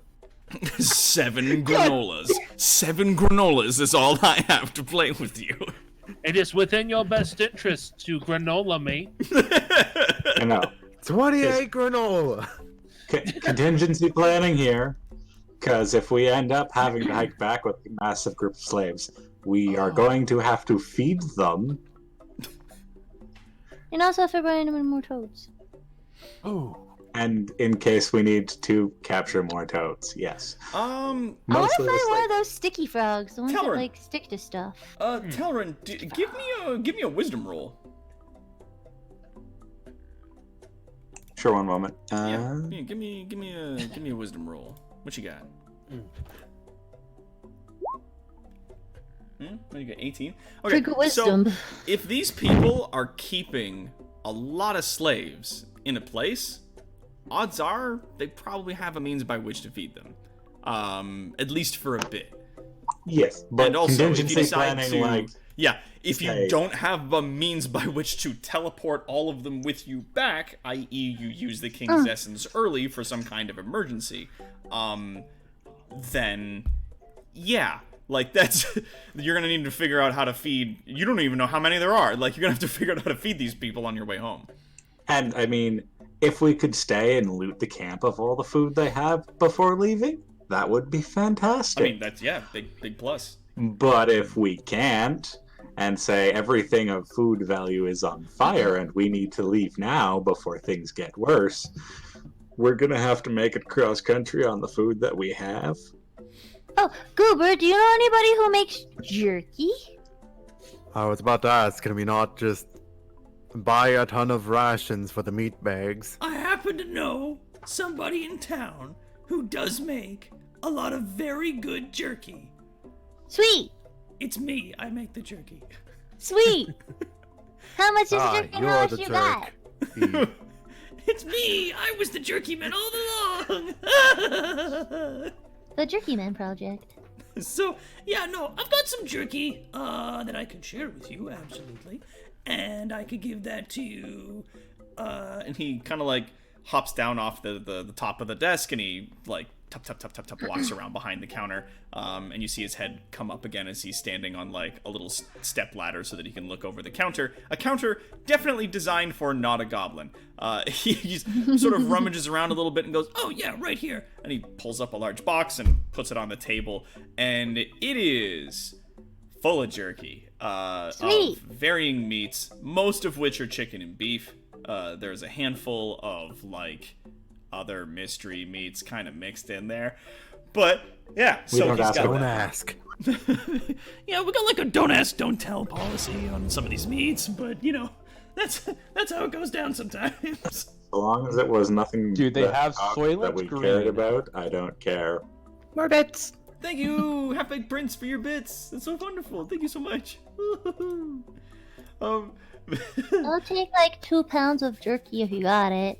Yeah, sure. And he like Sweet. takes a bunch of the jerky out and goes, That'll be about 10 gold. Okay. How much for the 4 bricks of granola? For the 4 oh my god. I mean, You charged me like 2 gold per brick last time. well, this is a big order. So You I'm gave gonna, me 2 bricks last I'm time. gonna charge you 2 gold a brick this time. Which was the same price as last time. Okay. Because You're I the best, like you. Goober. I Wait. know I am. I make such good granola, and I make all this jerky, and then nobody wants to dress up like an old human lady with me and hang out with a bunch of vampires in a fancy lounge. Wait, who was looking for the vampire? Somebody in our. Oh, people looking for vampires? the vampire asked you to keep an eye out for before? Yeah. You've not seen her? No. But I mean, there is a place in town where some vampires hang out. I mean, there's not a bunch of them, but there's like a few, and they have like it's like a soup place, but they don't serve soup. They serve drinks and other stuff. Well, not alive people. I mean, like all the time, but it's like some very rarely, sometimes. Because yeah. of vampires. I'm sorry for the interruption, but I have one thing I just want to say. Yeah, what's up? The night is young and full of grandmas. The night is young and full of grannies. Damn it, Doc! Get your highlight roll going again. I know. I've been trying to find time. I am desperately trying to find time to edit another one of those together. I'm so excited to like get into working on it, but it's so difficult to find the time on like during the day or on weekends to do it and put it together. But I'm super stoked to get into another one. Can you not play any of the old ones again? I mean, I could. I wanted to move sort of away from that if it was at all possible. Go past. Yeah. What a horrible night to have a granny. What a horrible night to be a granny. Wait, When I get back, Cooper. why are we buying all these rations when we have a thing from the king that will just send everyone back here? Well, it's like in case you planning. Yeah. We also still have to Yes. get there. It's gonna be a trek to get down, but yeah. Where did I put the thing that I want to use? Talon goes, so Cooper, where was that? Gets explicit directions to the vampire thing. Oh yeah. So he gives you directions to the lounge, which is like sort of up on a high end of town. It's definitely like where the nicer buildings are in the town. But he gives you straight up directions for it. Yeah. Thank you, Cooper. anytime. But like I said, it's like a soup place, but it doesn't serve soup. What do they call Blood? Brothel. It's a brothel. Broth? They serve broth. Yeah, that's where they serve soup, right? Like a brothel, they serve soup. No, that's where they serve. Goober. What? A brothel is where they serve sex. That's weird. People pay for that? Yeah, I don't know why. Well, you see, sometimes people are asshats. They can't get it naturally, so they have to pay for it. Huh. Well, that's weird. Yeah. Tyler, in the moment Goober said brothel.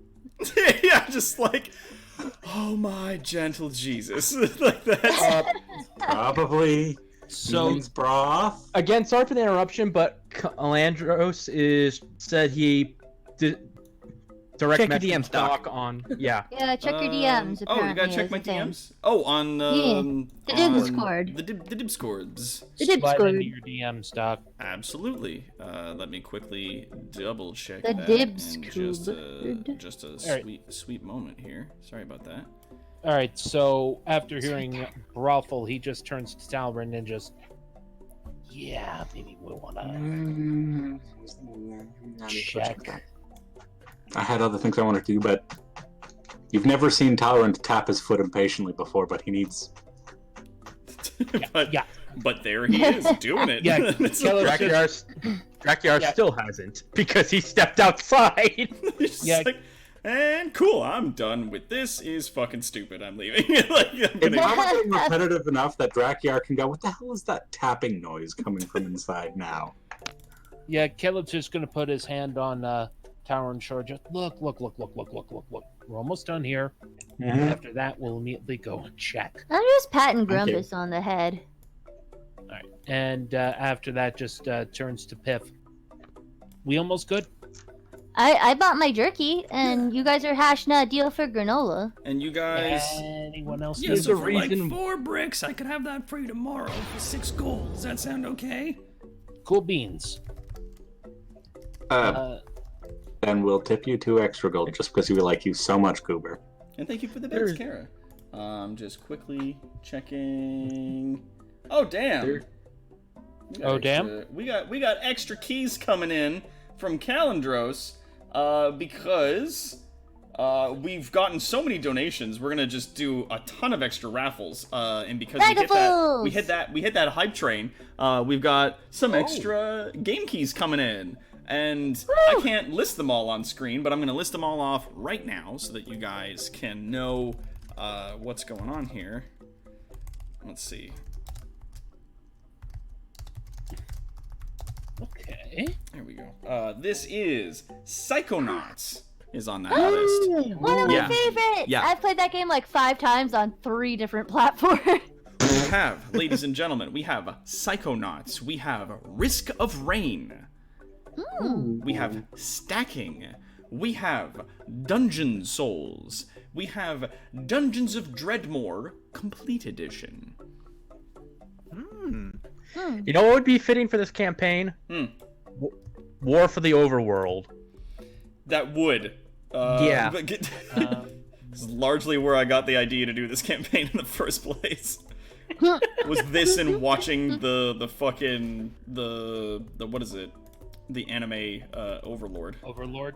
Yeah. Oh, fucking Overlord. It was like watching Overlord and then playing War for the Overworld. I was like, I could definitely make a game out of this. This would make a much more interesting game.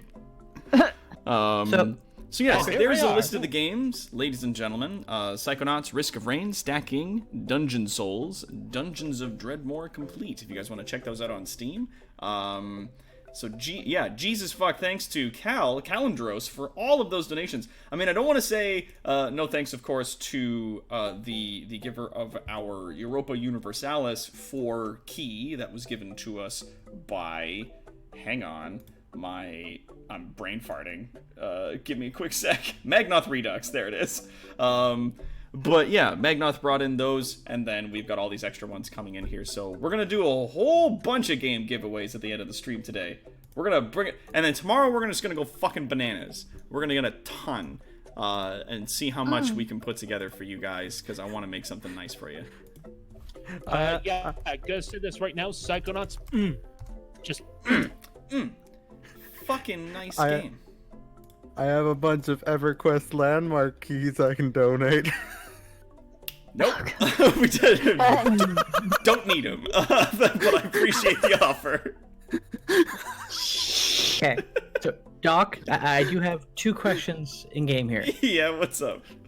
One, with our various assortment of gems, do we have a ruby that would be worth at least 50 gold that I can turn into dust? I'm gonna say yeah. You do. What for? 2, Quad can't see in the dark, right? No, he has no dark vision. Does Quad have dark vision? Nope. Okay. So I'm the problematic one of the group. Are you gonna make him some goggles? Kind of. Are you gonna fuck with his eye magics? Not entirely. So Quad's one eyes, right? Like, would you consider a Warforged one object, or would you consider like arms and head and stuff different parts of an object? I'd say if you wanted to cast something like that on him so that he could see, like, you could just focus on his head area or his core. Okay. His head area. Okay. So what are you doing to my second favorite robot boy? I'm going to cast Continual Flame on the top of Quad's head. What? Continual Flame. It's a heatless... I have concerns. It is a heatless flame. It consumes no oxygen and lasts until dispelled.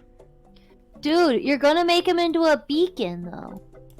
He's already a freaking Warforged. And you can... Why can't I use a torch? You can cover the flame. Like, you can cover the flame so it doesn't show through. It just won't ever be smothered. So we need to make him a special anti-flame hat.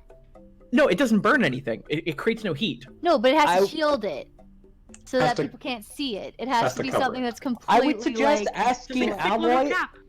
I would suggest asking Alloy if he's okay with this.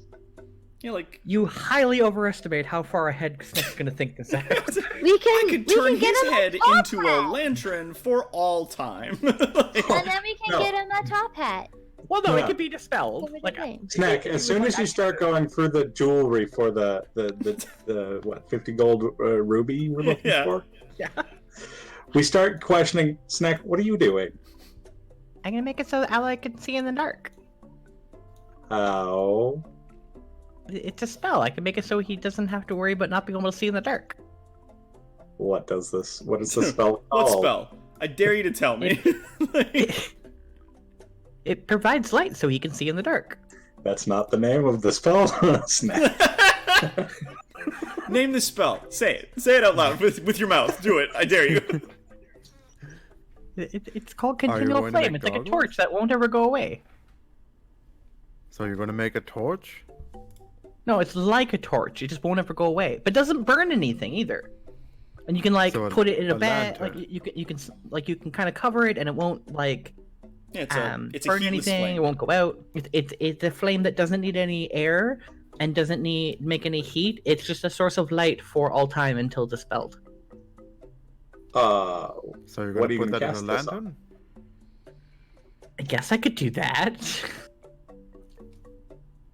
But, But then you have to carry a lantern. Wait, Where were can you you gonna just put it like? before? Ooh. Well, I was gonna cast it on your head. Hmm. You can literally. No, hear me out. Hear me out. Hear me out. You can put a hood up, like a leather hood, and the flame will be covered so that you're not attracting attention. And when you put the hood down, especially at nighttime, you will have a perpetual source of light. Yes, it will draw attention to you, but that's kind of your job here. And then you wouldn't have to worry about fighting in the dark. Because nobody could take the lantern from you. You wouldn't have to worry about it being in one of your hands. You But can cover it whenever you need to. And if you really decide you hate it, I can get rid of it at some point. At some point.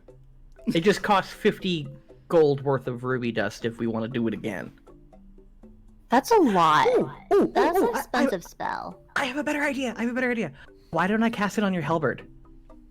You will have a permanently flaming halberd. It just doesn't do fire damage, but it'd be scary.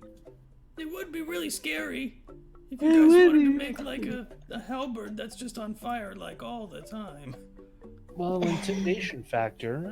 Yeah, could can't- work. Yeah. That's no slouch. And Gives he you has a light while sheath. you're fighting and scares the crap out of things that want to fight you. Yeah, Even that more sounds than they fun. already are. I Yeah. do feel that with our current objective, that might be a bit of a hindrance. Oh god, we got some. does your halberd have a sheath? We are supposed to be Nope. sneaking, aren't we? Yes, the halberd does not have a sheath, and if we are trying to have stealthy combat, perhaps letting off torches every time he draws a Snack. weapon. It might be would better. It might be better if Snack could find a What if I spell put to it make on him quiet. I don't have that. But what if what if we put it on like I don't got that, but what I do have is a torch that never wait, goes wait. out. Don't you have you should have a spell that gives a boost to a ability score. I have nothing that will help that be sneaky. Also, quick interruption. We have some wonderful fan art coming in from Lemon Boy, which is a nice little doodle of our friendly gobbo Piffles eating fucking mushrooms. In the I do artsy like section of mushrooms. our Discord, if people want to check out that, link down below for the people that want to look that up. It is Piffles enjoying those mushrooms to their fullest. Oh, wait.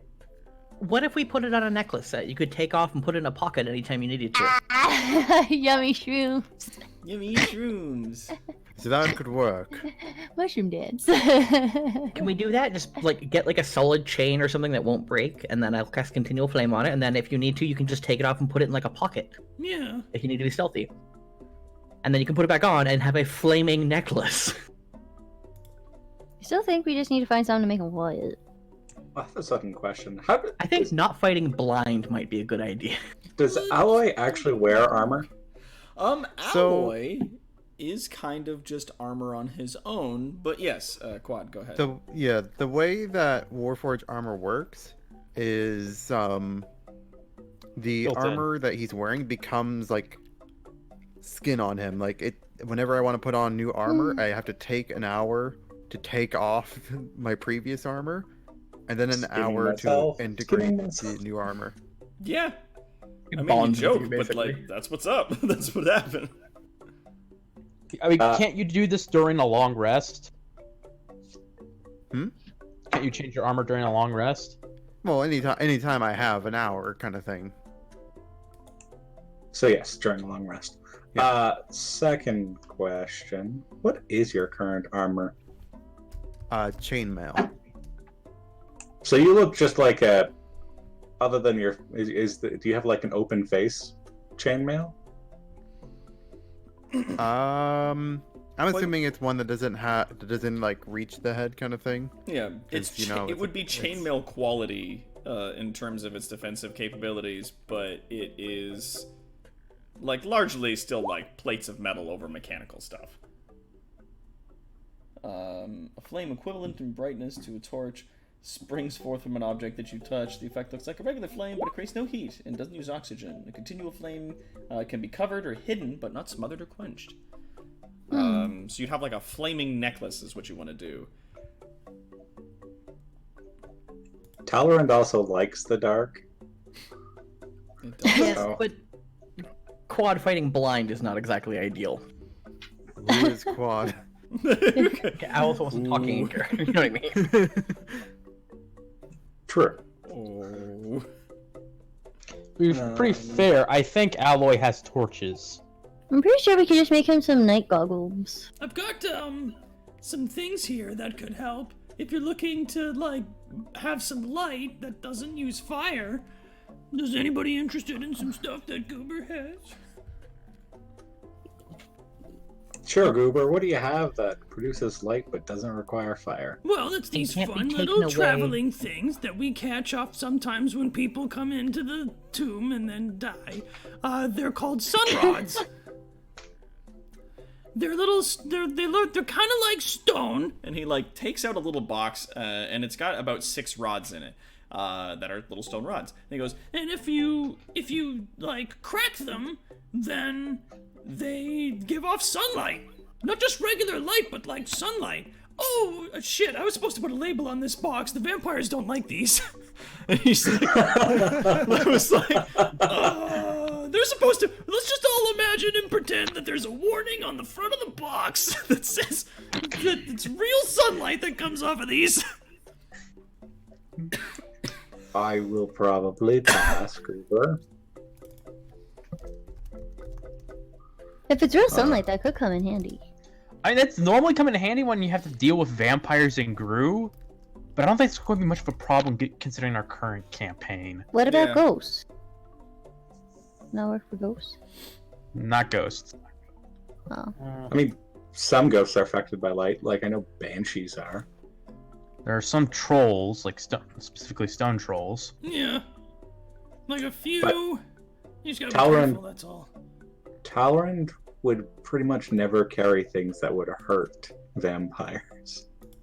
You must Right, 'cause understand he has a little something one. there. Right, because you're looking for a vampire, so it would not be good if you had this. I don't mean to rush everybody, but I think there's still some stuff we need to get done before we wrap up. Yeah, we gotta go. No, that's okay. So come back tomorrow morning. I'll get you the things you need. The No worries. granola. Thank you, Goober. No Okay, problem. I I'm gave gonna- Goober 8 gold. Bye. Hello. Oh, thanks. Bye, Goober. I That was do the love payment. gold. Bye, Gobble. Payment for the granola, Goober. Bye, Grumbus. Thanks.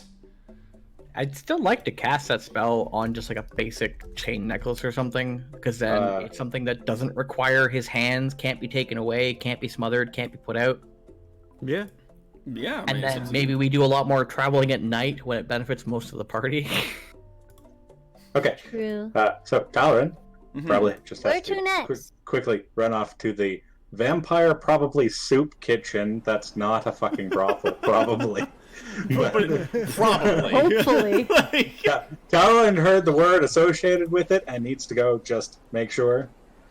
As you follow the directions around through the market, because it is still the middle of the day, you do find your way to a very large building. It's like a large manor, almost. Not like a mansion per se, but you're looking at about 3 to 4 floors, and it's about, like, I'm gonna say maybe 50 yards across. Like, it's a large building. And it's got a great big pair of doors, and it currently says closed. But on the top of it, you see tonberries. What? What? What's the name of the place? What? Everybody. What? You Of didn't. course it's Tomberries. He did. Noise. We did. What the fuck? I am waiting for the chat's response. I am not surprised. That's in the chat. What? Perks up. The name means nothing to me. Yes, as request, this was a thing that, like, really not a lot of people who are a part of these communities are terribly, terribly familiar with this brothel. It is a place that is... Brothel. The brothel. It is a The place brothel. that is treated as being, well, more or less, like... kind of off the market, you know? Like, it's not something that people are hiding specifically, but it is something that, you know, people don't talk about a huge amount, as it only really interests a very small amount of the clientele throughout the place. But yeah, you are told of such an establishment, and you can see the huge ornate wooden doors in the daylight and the hustle and bustle of the market in the distance. But it is currently closed at this point. You do, obviously, because you've been told this place is, you know, an establishment used by vampires, is probably closed during the daytime. It opens up at night. Tauren does lightly knock on the door. There is no response. Tauren's like, vampires probably later tonight. So, Tooth and Claw, everyone, thanks for joining me on this particular side trip. Like, and I'd like to thank everybody for coming out today. I'd like to buy some armor at Tooth and Claw. Anybody else want to buy something while we're there? I'm pretty good. I got lots of daggers. I would look at something like Tooth and Claws. Yeah, sure. I might browse their inventory. To Tooth and Claw? All right, so you guys head on down to Tooth and Claws, the local sort of blacksmith's place that you guys are familiar with, run by a brother and sister who work on and make armor. Let me just adjust that there. Boop. And you make your way in. You see, obviously, Tooth, who is the brother, in the back, hammering away on something, some piece of plate mail. And Claw, his sister, is standing at the front cash register area, the front desk. As she sees you enter, she brightens up immediately and is just like, "Oh, yes! Oh, so good to see you. Come in." We came back. We had a grand old time, ran into some new orcs. I heard. Well, I mean, I saw a few of them as they were sort of snooping around the town, and one of them wanted to come in and have a look at our forges, and I've never seen a guy with his mouth open for so damn long. Except that one date that I went on a while back, but we don't talk about that. Anyway, so what do you guys want? I was looking to get some better armor. Better armor. All right. All right. What can I, And she kind of frowns and looks around at your gear. What are you looking for specifically? Leathers? Chain? Some nice studded leather. Studded leather. Gonna keep it quiet but defensible. I like that. All right. She kind of goes over some of the armor that she has on a rack behind her. What's your size? Okay. Let's see. Okay. All right. Size is bone. Yeah, we're gonna have to make some adjustments here. Let's see. Studded leather armor, standard. You're looking at 45 gold. I can do you a set. I would love that if you'd be so kind. Absolutely. She slaps it on the table, and she goes, 45 gold, my friend. I toss 45 gold at her. Yep, she counts it out, puts it in a large sack that's behind the counter. And there you are. And I hope that the next time you're looking for something to keep you safe or, stab people, which would be better than armor. And her brother goes, shut up. He keeps hammering away at something. How are you guys on longbows? Longbows. Now you're speaking my language. Yeah. Let's have a look. I've got one here. There we are. Now, normally, we have this one here, 50 gold. Now, I've got another one that's... It goes a bit further. It requires a bit more strength in order to fire, and it's a bit bigger, made for some of the trolls who live around here. But if you can manage the strength to draw it, then you could fire it, and it fires these bad boys. And she points to what look like small fucking spears in a box, and she goes, "You got put one of these through somebody, and that's the real deal right there." What do you think? If you're going to put a number to that strength, what number would you give it? Well, I mean, it depends. Now, this fella, and she points to Alloy, and he goes, probably could manage it. It looks like the kind of guy that could definitely get away with something like that. But everybody... I mean, how strong is a skeleton? On a scale of 1 to 20.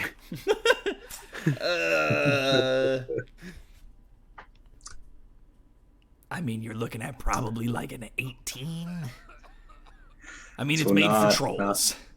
Not something I can draw. Fair's fair. It's 50 gold for the regular longbow, though.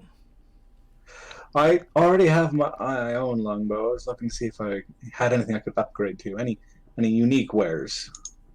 Well, I mean, I've got this great bow. Unique wares in the area of bows and arrows, that kind of stuff? Sure, yeah. Yeah, alright. Got some black steel arrows, if you're into that. She, takes one arrow from a large quiver that's off to the side. She's like, only managed to make about 10 of these, but the arrow tip is made from a strange metal that they use to make the most of the walls in this kingdom. She puts it on the counter. They are extremely sharp.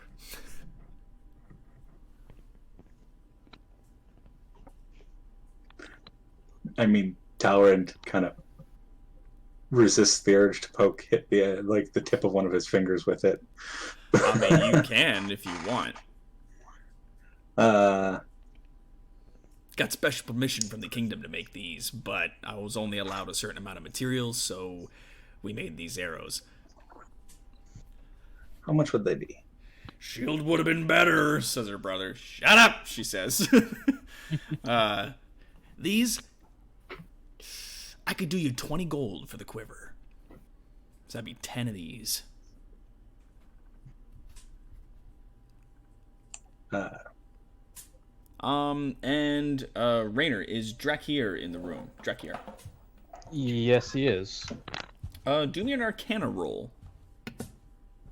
Okay. Arcana son of a 7. bitch. And Sneck, are you in here? I'm probably I don't paying have any attention to something bonuses else for right Arcana. now. Well, I'm not going to ask you to do Arcana. Do you have religion? I do. Roll me religion. Doc, I think Dev Flare is threatening to buy you a game bundle. I'm looking for a certain game bundle. Oh, no. Also a 7. God, Jesus Christ. All right, so neither of you notice anything at a glance looking at these arrows. I can give you Arcana. Sure, if you want. What you got? Waiting for it to respond. Oh, No. Esteban got a natural 1 on his Arcana. That's a 1 I got a and a 2 from you. Quad. The warrior. Curiosity. If I rolled my religion. 18. All right, sweet for no reason. All right, Sweet cool. for no reason. You know what? We're getting a humble for certain game bundle. Not for Doc per se, but rather for the raffle. It's up to you, Dev. It's entirely you. If you want to make a donation to the raffle that we can do at the end of the stream today, then absolutely. All right. I'll say Drek here, because you were the only person who rolled above 15.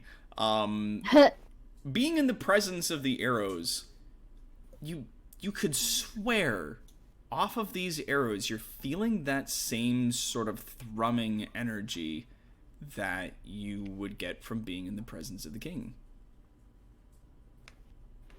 It's faint, but it's there. It's like smelling something on the edge of a breeze. It's there, but it's faint. I go ahead and whisper that to Talrand. Might potentially be useful for a number of things. Discord would be best, DevFlare, that's correct. Hey, Ledyard, hello! But yeah. I'll buy them. 20, you said? That's right, 20 gold for the set, and it's 10 black steel arrows.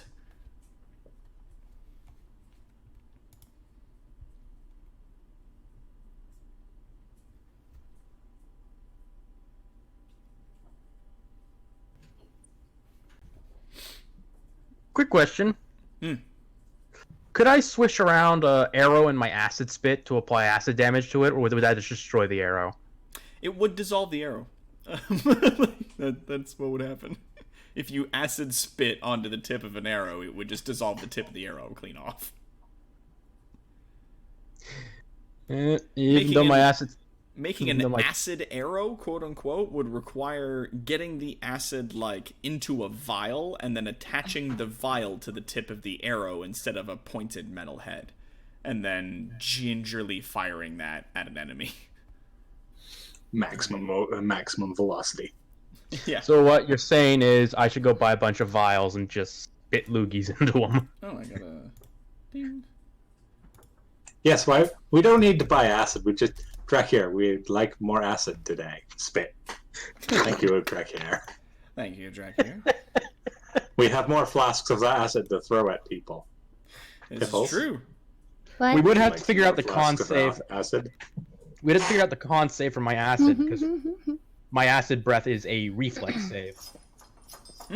That's right. Okay. Oh, man. Oh, we got a special prize for the end of the thing. Maybe. We'll see. Shiny. Special prize, 420. 420. Before Tyler leaves, would you like is the studded leather armor given to me right away, Doc? Do you know? Sort of armor. I'm sorry. Is the armor that you bought? Yeah. What about it? Is it ready? Yeah. No, you can just put it right on. There's not a whole lot of measurements to do with me. No, I mean she kind of like eyeballed you as she was giving it to you, but then was like, no, I could yeah. And then when you're putting it on, she helps you sort of do up some of the straps on the sides and whatnot so that it sits snugly against your rib cage and whatnot to keep you protected. And do you have any use for some slightly used leather armor? Slightly used, huh?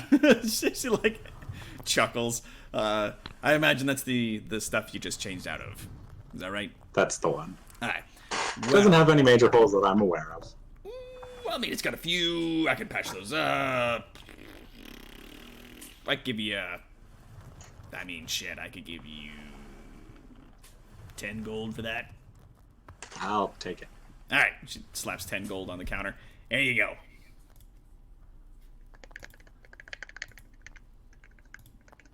Thank you. Anybody else need anything while we're here? I think I'm Alright. good. You don't happen to have splint mail, do you? Split mail. Looking to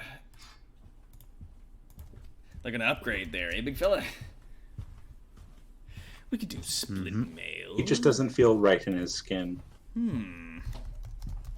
Well, far be it from me to tell somebody how they should and shouldn't feel. But I could do you splint. I mean, it's about 200 gold pieces, but I could fit it to you if you want. Alloy would probably have to stay there for the rest of the day so they can figure out how to attach it to his body. Yeah, we would have to refit you.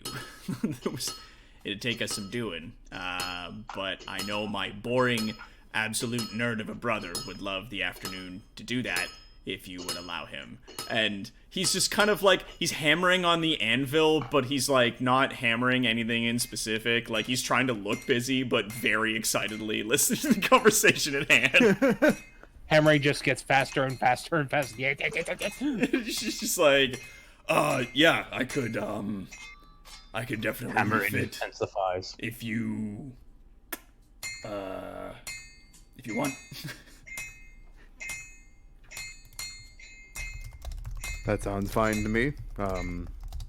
Caleb just leans over to Talrin. Just, you think he'd at least buy him a drink first?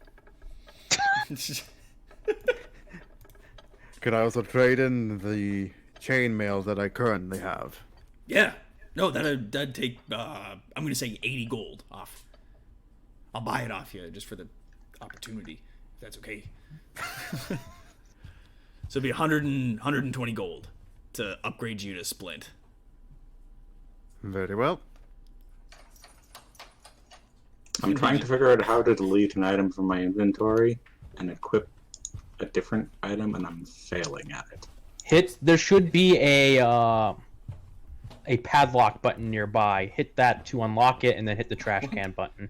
Oh. So yeah, he very excitedly like rummages around the room and picks up like a couple of hammers and a few like, you know, tools and tongs and wrenches and pliers and stuff, and he's getting everything ready on a table, and he's oh boy. He's like, so when do you want to start? Like, we can start now, and I can have you ready before sundown. If that's something you'd like to do, but I mean you're a busy guy, though. I imagine you're very busy. If you need to do things, you can go do things. It's fine. It's whatever. Like it's not a big deal. Like I'm not. Buy him a drink first. Are you all right? Your Like, I can speech wait. pattern has accelerated. Well, she goes. Not every day he gets to pick apart living armor. Shut up. Shut up. She had it. I do not believe we have.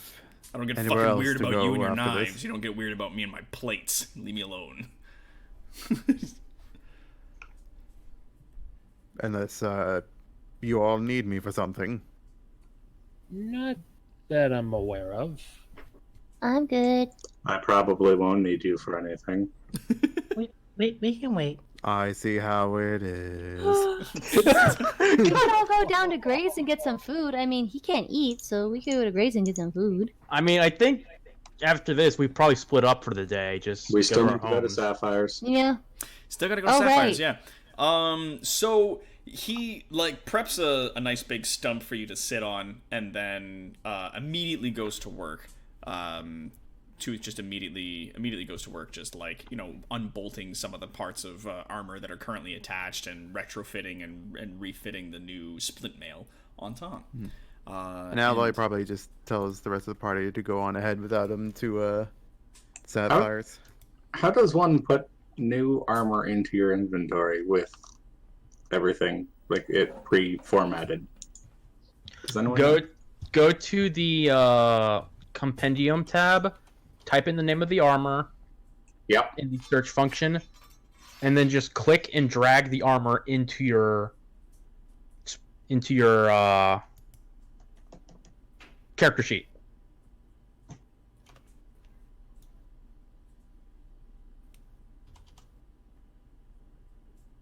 Oh, there we go. An armor class of 17. Yes, there's no way in hell I'm going to heavier armor than that.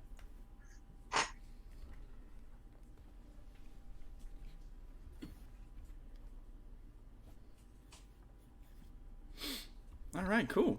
So yeah, do you guys head out to graze? Sapphires? Sapphires. Sapphires. Yes. I was gonna get something at the shop. What did you want to get? But Caleb wanted to get something. All right, so I approach the counter and just say, "Yeah, I'm looking for studded leather armor," and he just pulls out his longbow.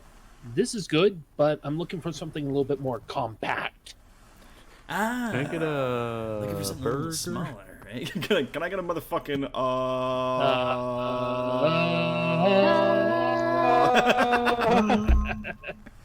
We harmonize well. burger?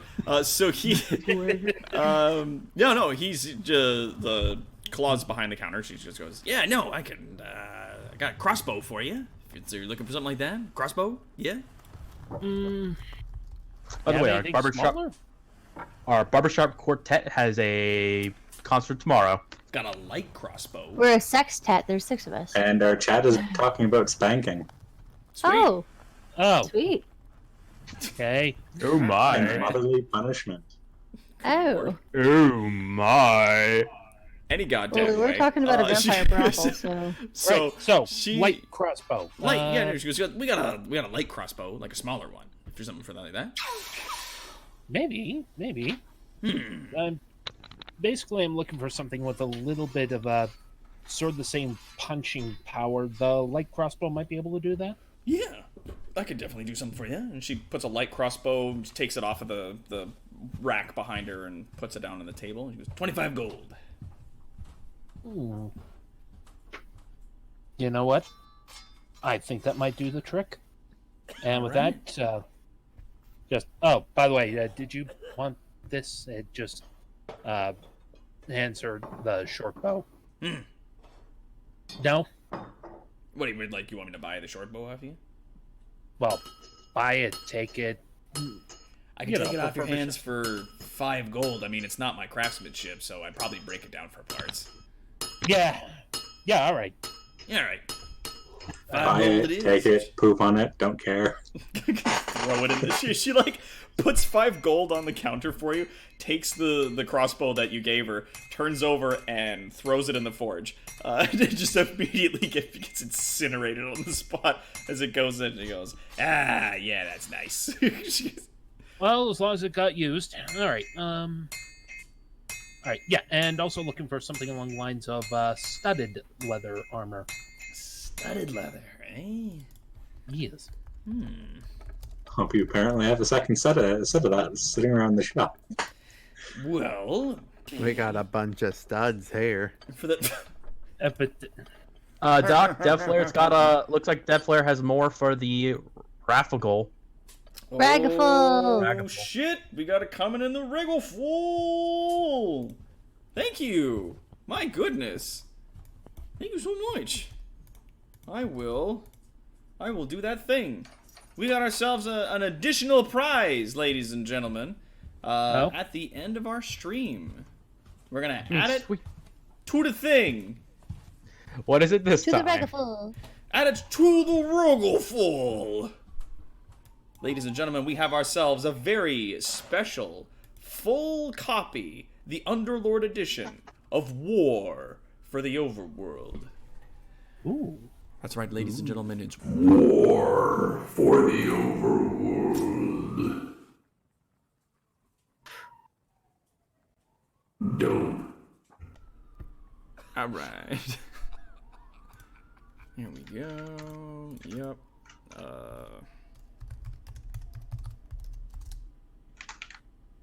Okay.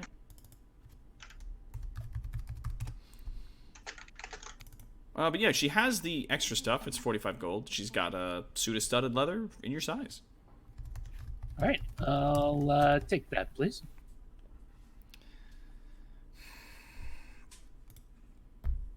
Yeah. So happily, she hands it up. So just deduct the 45 gold, and she gives you a suit of studded leather. Oh dang! Can I be the Oh, that's 2 more tickets for Rainer, ladies and gentlemen. Shit. I'm bringing him up to 3 tickets. Oh, shit. Donation hype. 45.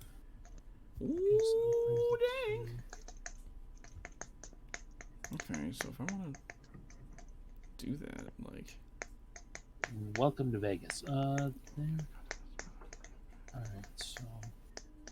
I'll take off the leather armor. Take the studded leather.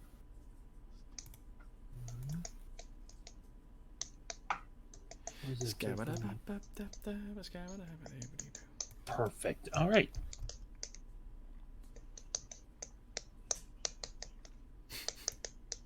And before I turn around, it's just will arrows work on this, or am I going to need crossbow bolts instead? Those would take bolts, yeah. Ah, well. Yeah. I should probably buy some ammo for it, shouldn't I? Probably, yeah, just a bit. Yeah, maybe just a little bit. Just a little bit. Crossbow bolts. Yeah, I will take... Yeah, 20 ought to do me. 20 ought to do you just fine. What do I have? Crossbow bolts for 20 of those? Let's have a look. She, like, rummages through and finds, like, quiver, and there's also another one that's, like, in a little box. Let's have a look. These bad boys, they'd usually... She's got about 20 of them that she can give you for 15 gold. Oh, there's some crunching happening. What is the crunching about? Who's crunching? Rainer. It would be Rainer. Oh, thank you. You're live micing things. There was tapping earlier, and then there was like moving of furniture in the background. No, I have no idea how this is getting picked up. You're sharpening the mic. Gotta get ready to shake a bitch on sound. ASMR. So, 15 gold for crossbow bolts? Yep, for 20 bolts. Those would be medium bolts for the light crossbow that you got. All right. 15. All right, I'll hand over 15. Then all of a sudden, just wait a minute. Wait a minute. Could I take a closer look at these crossbow bolts? Yeah, sure.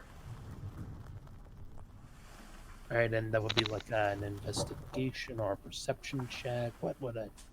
How I do? Perception, investigation. Yeah, You're trying to perception. find information. Yep. All right, perception. 12. What are you looking for? Well, here's the thing. That seems a little bit high for crossbow bolts. In 5th edition, crossbow bolts are gold each.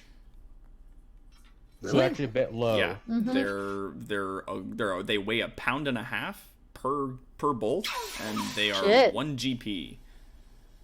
Oh, okay. I might have been misreading the equipment. Doc? Yeah. It's crossbow bolts 21 GP at 1.5 pounds. Yeah, that's For 20 of them is 1 gold, and all There 20 we go. together weigh 1.5 It pounds. doesn't say that in any of the lists I was looking at.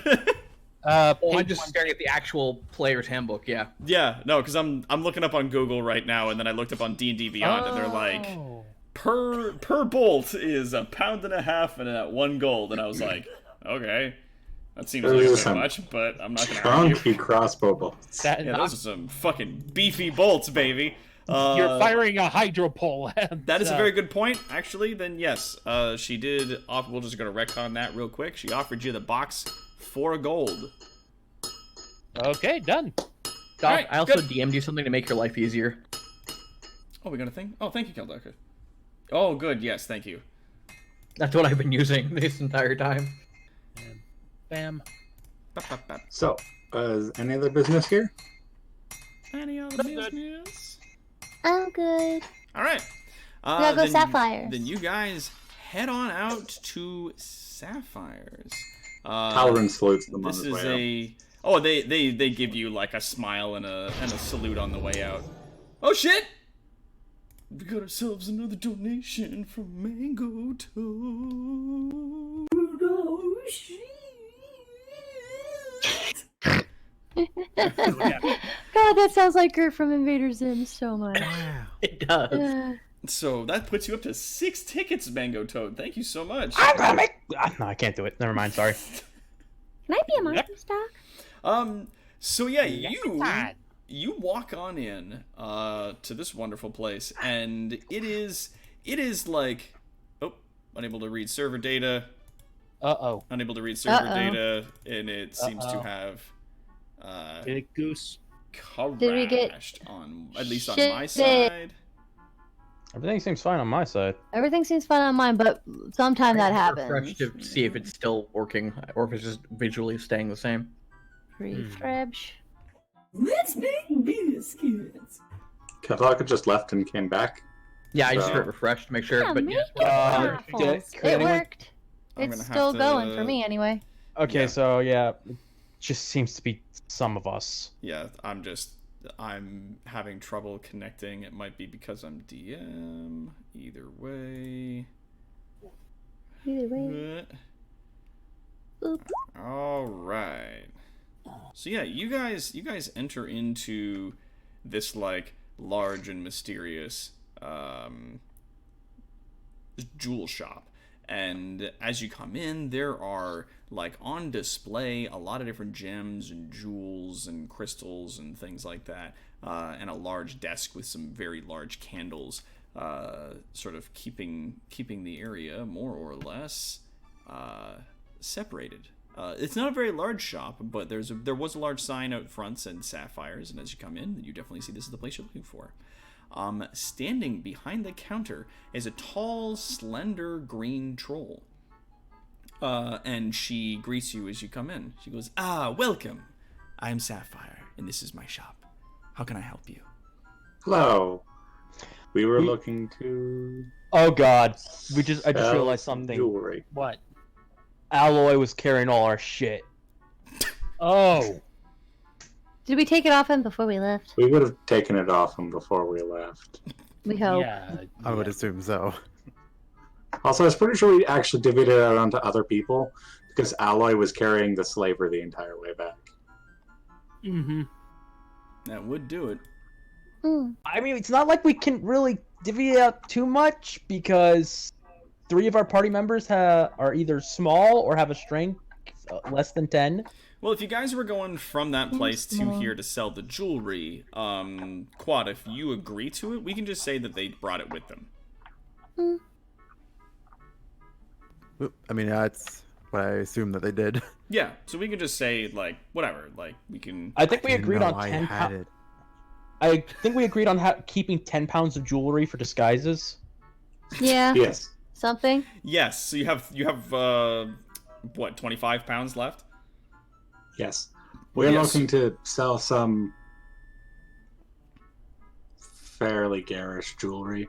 Jackyard dumps it onto the Some counter. piles of gold garbage. As you dump it out, it makes like big thunk and clunk noises as it tumbles along out onto the cloth that she has on the table, and she kind of like raises her eyebrows and goes, "Goodness, this is quite a bit that I'm gonna have to.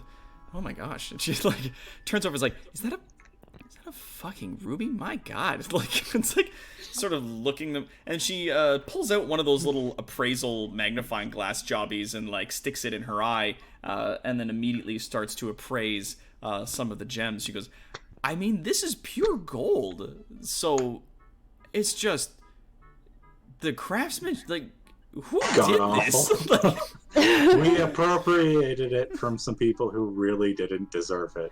Some well, slavers. of course. Slavers. Slavers, of course. She rolls her eyes, or at least the one that's not in a large magnifying glass thing. She continues to appraise over them, and she goes, "Okay, so you wanna keep some of it for disguises." Yes, I think we kept that 10 on yeah, quad. we on Alloy. kept 10 on quad. We Okay. we want to sell all the stuff here.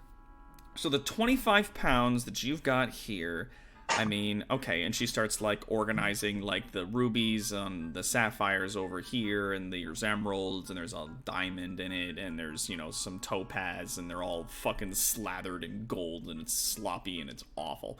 It sucks. So she kind of like, It's all. yeah, she's like, God, It's all fuck, sloppy and low quality, and they took my Microsoft Dinosaur CD. She bonked me on the head and kicked me in the groin. They pushed me down the stairs and my shoes fell off. So she kind of like separates them out and goes, okay, so for the whole, I mean, I'm gonna have to remelt all of these before I can sell them again, because this is just a disaster. But Yep. for the gems and the gold, just wholesale on just materials alone, because that's really what these all are. It's just materials. Like I can't sell these. Look at this. No, I would Look at expect this you to mess. not sell these. These are an atrocity. I could give you about. I could do you 100 platinum. What? That's 1,000 gold pieces. I would happily take that, everyone. We'll take it. I think we're good with that. I think we're good.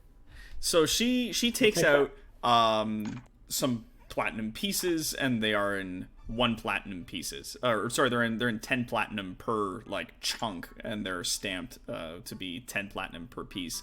And yeah, you notice that, you know, obviously in this universe it's a 10-to-1 system, so the 100 platinum would be 1,000 gold. So 10 platinum to everyone, 40 into the general party. Sounds good to me. Yeah. You just was that Snack going? no, that was Caleb going. Oh, that was Caleb. What's Snack doing? Because that is the biggest take he's ever seen. Is Snack frozen like absolutely solid? Like guys, think about how much for money. Think about the guys. Think of how much of the same jewelry we're going to bring back from our next job. Yeah. Because we're getting more This of is those bitch this is more flavors. stuff than this is more money than Snack's ever seen. This is more money than he can imagine.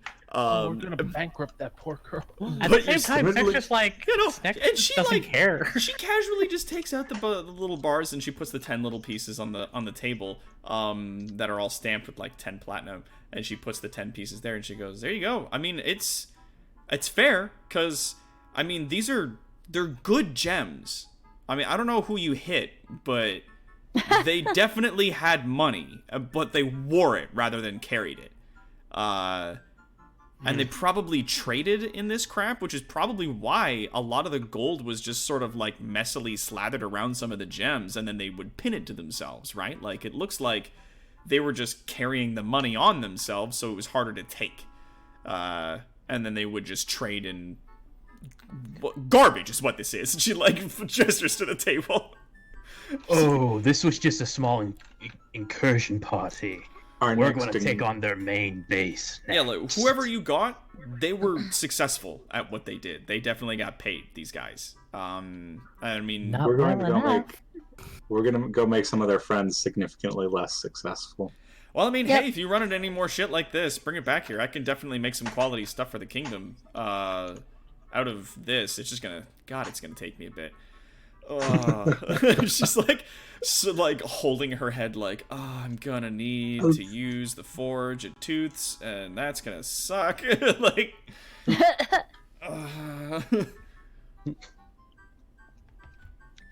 Well, I mean, to be a jeweler's forge would would not be nearly the same as a steelsmith's forge. yeah. Well, I mean, that's the thing, is that, like, well, I mean, like, I don't know how much you would know about this, or if you wanted to do, like, a check for it. But I could definitely tell you details. Or if you ask, she could tell you. What kind of check? Just say just intelligence. Just standard intelligence? Yeah, it's like an intelligence check. Cool. Oh boy, a So- 0. Talon and Drek here. At one point, you met this particular jeweler in the tavern, like at some point or another, like Sapphire, and she has talked about at length about the fact that like in situations like this, what she would do is put a lot of these in the kiln, like in a kiln, like a large stone bowl, and then put those inside the forge, and then run the forge on a low heat. Because gold has a very low melting point. It's very soft metal. Once it starts to soften up, then gingerly with pliers or even just with thick gloves on, you can start molding the gold off of the jewel and then plucking the jewel out of it. Even to the point when the gold gets like molten, you could still, like using pliers, pluck the gems right out of it. Depending at the temperature, but you do have to get it. And she went on about just the right temperature. And she, over a large flagon of mead, just fussed about it for like an hour. So we're sorry for foisting this hard amount of work on you.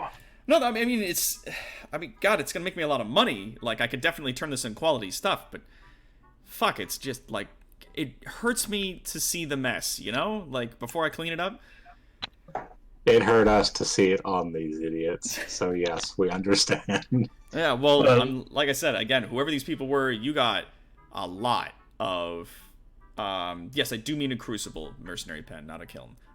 Crucible goes in the kiln. But yeah, she's like, whoever these people were, they were good at whatever it is that they did. Like they definitely got paid good money. They kept on taking hits from us. It was the werebear that finally took them down. Oh shit! Yeah, you guys were involved in that. What the fuck happened? How slavers how hunting a werebear. A werebear. So like a We helped a werebear that had been kidnapped by slavers. We beat up the slavers and then the werebear came in and kind of killed them. And then we brought the werebear back here for the king to help. That's basically it. To be fair, we did bring a slaver back for interrogation. And by interrogation, we of course mean, oh geez, the king had a barbecue with him. Yeah. Wow. It's just like... It was quite amusing to watch. It was pretty cool. But he's not a bear. What do they turn into? A person. Like this particular guy. Like an elf or a human? Yeah. A human? Yes. Yeah, they're weird. They smell like hot dogs. Well, like a human? Like a regular... Like a regular human, yeah. Like what I used to be. Yeah, with like itty bitty tiny ears and fluffy face. I mean, no offense to present company, but like I imagine like a magic creature like a werebear would, like, minimum turn into an elf or some other floofy, flowery, woodsy shit. There was some exterior influences. Lycanthropy is a curse that can affect anybody. Well, I mean, anyone. Yeah, I guess, yeah. Yeah, no, that's... Okay, no, that's a good point. Well, it's really cool that you guys did that, though, and it's really nice that you, like, helped out. I mean, he's a human, but you helped people. He's a good guy. All right, so after hearing he that... even reacted fairly well to me. After hearing that, which is the biggest hurdle for most people. He didn't immediately scream or try to kill you or die. Probably because he lives as an outcast in the forest rather than an actual member of the Empire. Yeah, after hearing that, well, he is a human. Caleb just started lowers his eyebrows to, really? Well, I mean, present company excluded, of course. I was going to say I'm half human, but still hit pretty hard. Well, I apologize if anyone was offended. Thank you. You're welcome. And she starts to scoop the chunky jewelry into a bin. Is there anything else I can help you guys with it? Well, I mean, you don't happen to have enchanted jewelry in here, do you? No, but I do know a guy who does enchantments. Shaman. He's another troll who is got a shop. Shaman. You know Shaman. Okay, yeah. I do a lot of the jewelry craft. I make some of the stuff, and then he does his weird. I don't know what he does. Voodoo? It's so weird. Voodoo. I mean, we don't want to say that. It's their word, but like. Wait! I think I got it. Arcanum enhancement. There you go. Oh, yes. He Can does like the imagine. weird finger wagglies over top of it. He does all kinds of wacky stuff, and then they do things, which is fascinating and astounding, but so If you expand and so experience an weird. arcanic enhancement for lasting longer than 3 hours, please contact your physician. All right. No, dude, 2 hours. You can't play around with that sort of thing. Is there anything else that you guys get up to in Sapphire's place? You know what? For the Are sake there of any argument, instruments? Looking around the shop, you don't see any instruments. No. Okay, then I'm bored. For the sake of no hard feelings, just gonna take a look at what sort of rings she has. The kinds of rings. She has like a small box display case on the table to one side that has a series of rings in it, from different metals: silver, gold, copper, steel, with varying gems in them. Are you looking for anything in specific? Ideally, I'm looking for a ring that I can take to Shaman to enchant, to basically just enchant it so that Caleb could be sneakier and useful and not get mouthed off by the bard. So I thought you're bad at sneaking. So, okay. So, a skill increasement ring definitely would cost. Because it needs to be a ring of a certain cost before a spell could be put into it. But that does shave the cost off of the actual thing. It'd have to be a masterwork. Yeah, it'd have to be a masterworked ring, so you'd be looking at, like, 200-300 gold for something like that. And oh, look at that, I got 10 platinum. That's 100 gold. Wait, 10 platinum to 100, or? Yeah, it's a 10 to 1. Oh, okay, sorry, I misunderstood. We collectively got 100 platinum. Mm-hmm. Yeah, each of you got 100, and then another 400 was put into the community. Yeah, it's like getting enchanted stuff. At our current level, we're better off finding it rather than trying to purchase it. Yeah. Yeah. Also, I'm adding my platinum to the pot because I don't want to carry it. All right, that's another 10 platinum in the pot. Let's see. You will find there's a lot of things I do. Like I gave MB a whole bunch of daggers because I didn't want to carry them. 16. 16 I don't want daggers. these anymore. But yeah, she, like, if you're looking around, she asks you what it is, and if you tell her that you're looking for a ring to be enchanted, to do that kind of thing, she goes, well, you might just, honestly, you might just want to go to talk to Shaman, like, directly. He might be able to help you out with that kind of thing. I'm sure he has something like that on hand, and if he doesn't, then he can just get it straight from me, and I can send it to him, and he can give you a quote for the whole package, and it removes the rigmarole, you know? Alright, Yeah. fair enough. Yeah. I had to go back to Shaman anyway to go pick up the rust monster grenade. Oh yeah, I could just go with you. Yeah. Is there anything else you guys want to do in Sapphires? I'm good. Alright, so we'll say that you guys swing by Shaman's place real quick and pick up the things that you are looking for here. As you come in, the sun is just starting to set as you enter Shaman's place. And as you make your way in, you're welcomed by the usual smells, the smokes and the perfumes and the weird sounds that sort of come out of the place. And as you come in, he smiles at you and places on the table a grenade. Ooh, it's bloody fun. I go ahead and pick that one up. As you reach for it, he puts his hand over top of it and goes, "Now, before you touch that, let me show you how this works." He takes another grenade out from behind the counter, and he goes, "It's just an orb, like so. It's mostly made from glass that will turn to powder when it explodes. Now watch." And there's like a little knob on the top of it, and he goes, "You pull this." and then you throw it. You have 3 seconds. When you pull this, say it back to me. 3 seconds. 3 seconds what? So after the pin is pulled. That's right. 3 seconds after you pull the pin. Okay. You know how this understand, works. and he puts the grenade on the table, and he puts a little piece of paper next to it. He goes, "This is a waiver saying that you understand how this works, that I showed you how to use the grenade, and that I'm not liable if you kill yourself." I go ahead and give him the good old John Hancock. Yep. Then you sign the paper, and he goes, "Good. All right, it's yours." Oh, quick correction. It's not glass, it's clay. The sort of bulbous body of the grenade is made from a clay. All right.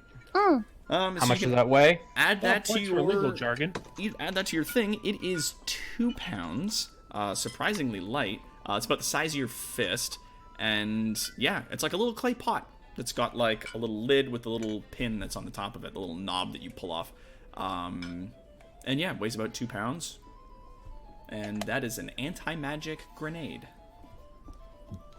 I thought it was a rust monster grenade. It's a rust monster grenade. No, he said the anti-magic. He I'm gave us very a tired. $1,000 one. It is a rust monster grenade. All right. Okay. With that, Caleb steps forward. There is actually something I wanted to speak to you about, but it didn't hit me until like 5 minutes ago. Oh, okay. What are you looking for? I'm looking for a small piece of enchanted jewelry, like something like a ring that will allow me to, shall we say, move undetected a lot better. Just it allows me to sneak better. Me being with my profession, it would definitely help. Yeah. Okay, so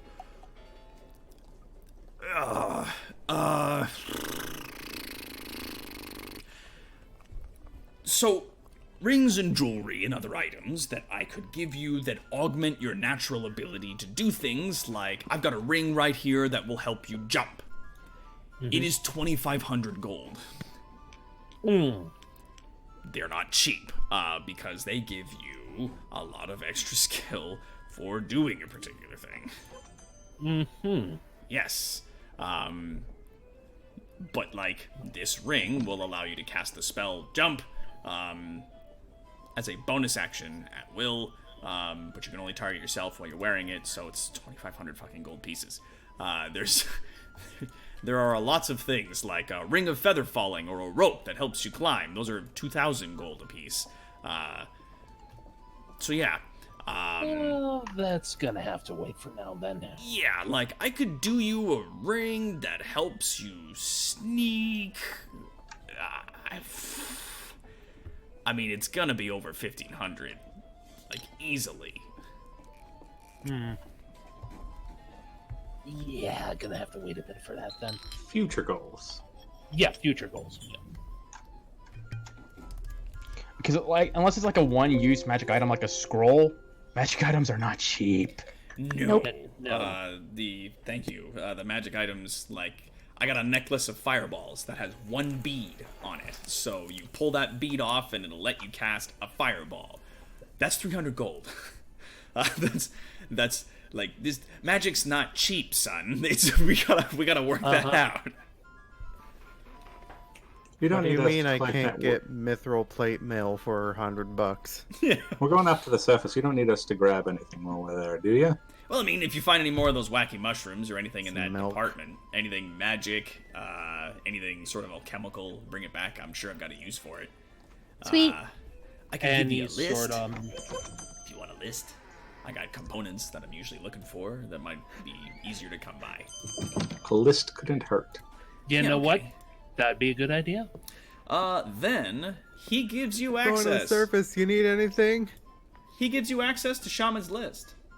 And this is a like just a tattered paper, or not paper. It's been sort of scrawled in ink on a large piece of leather.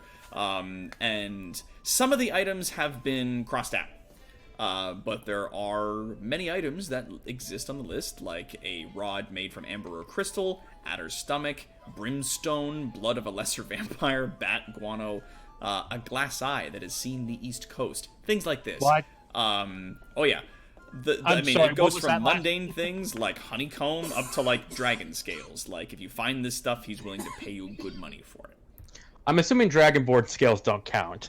Nope. They are a different thing.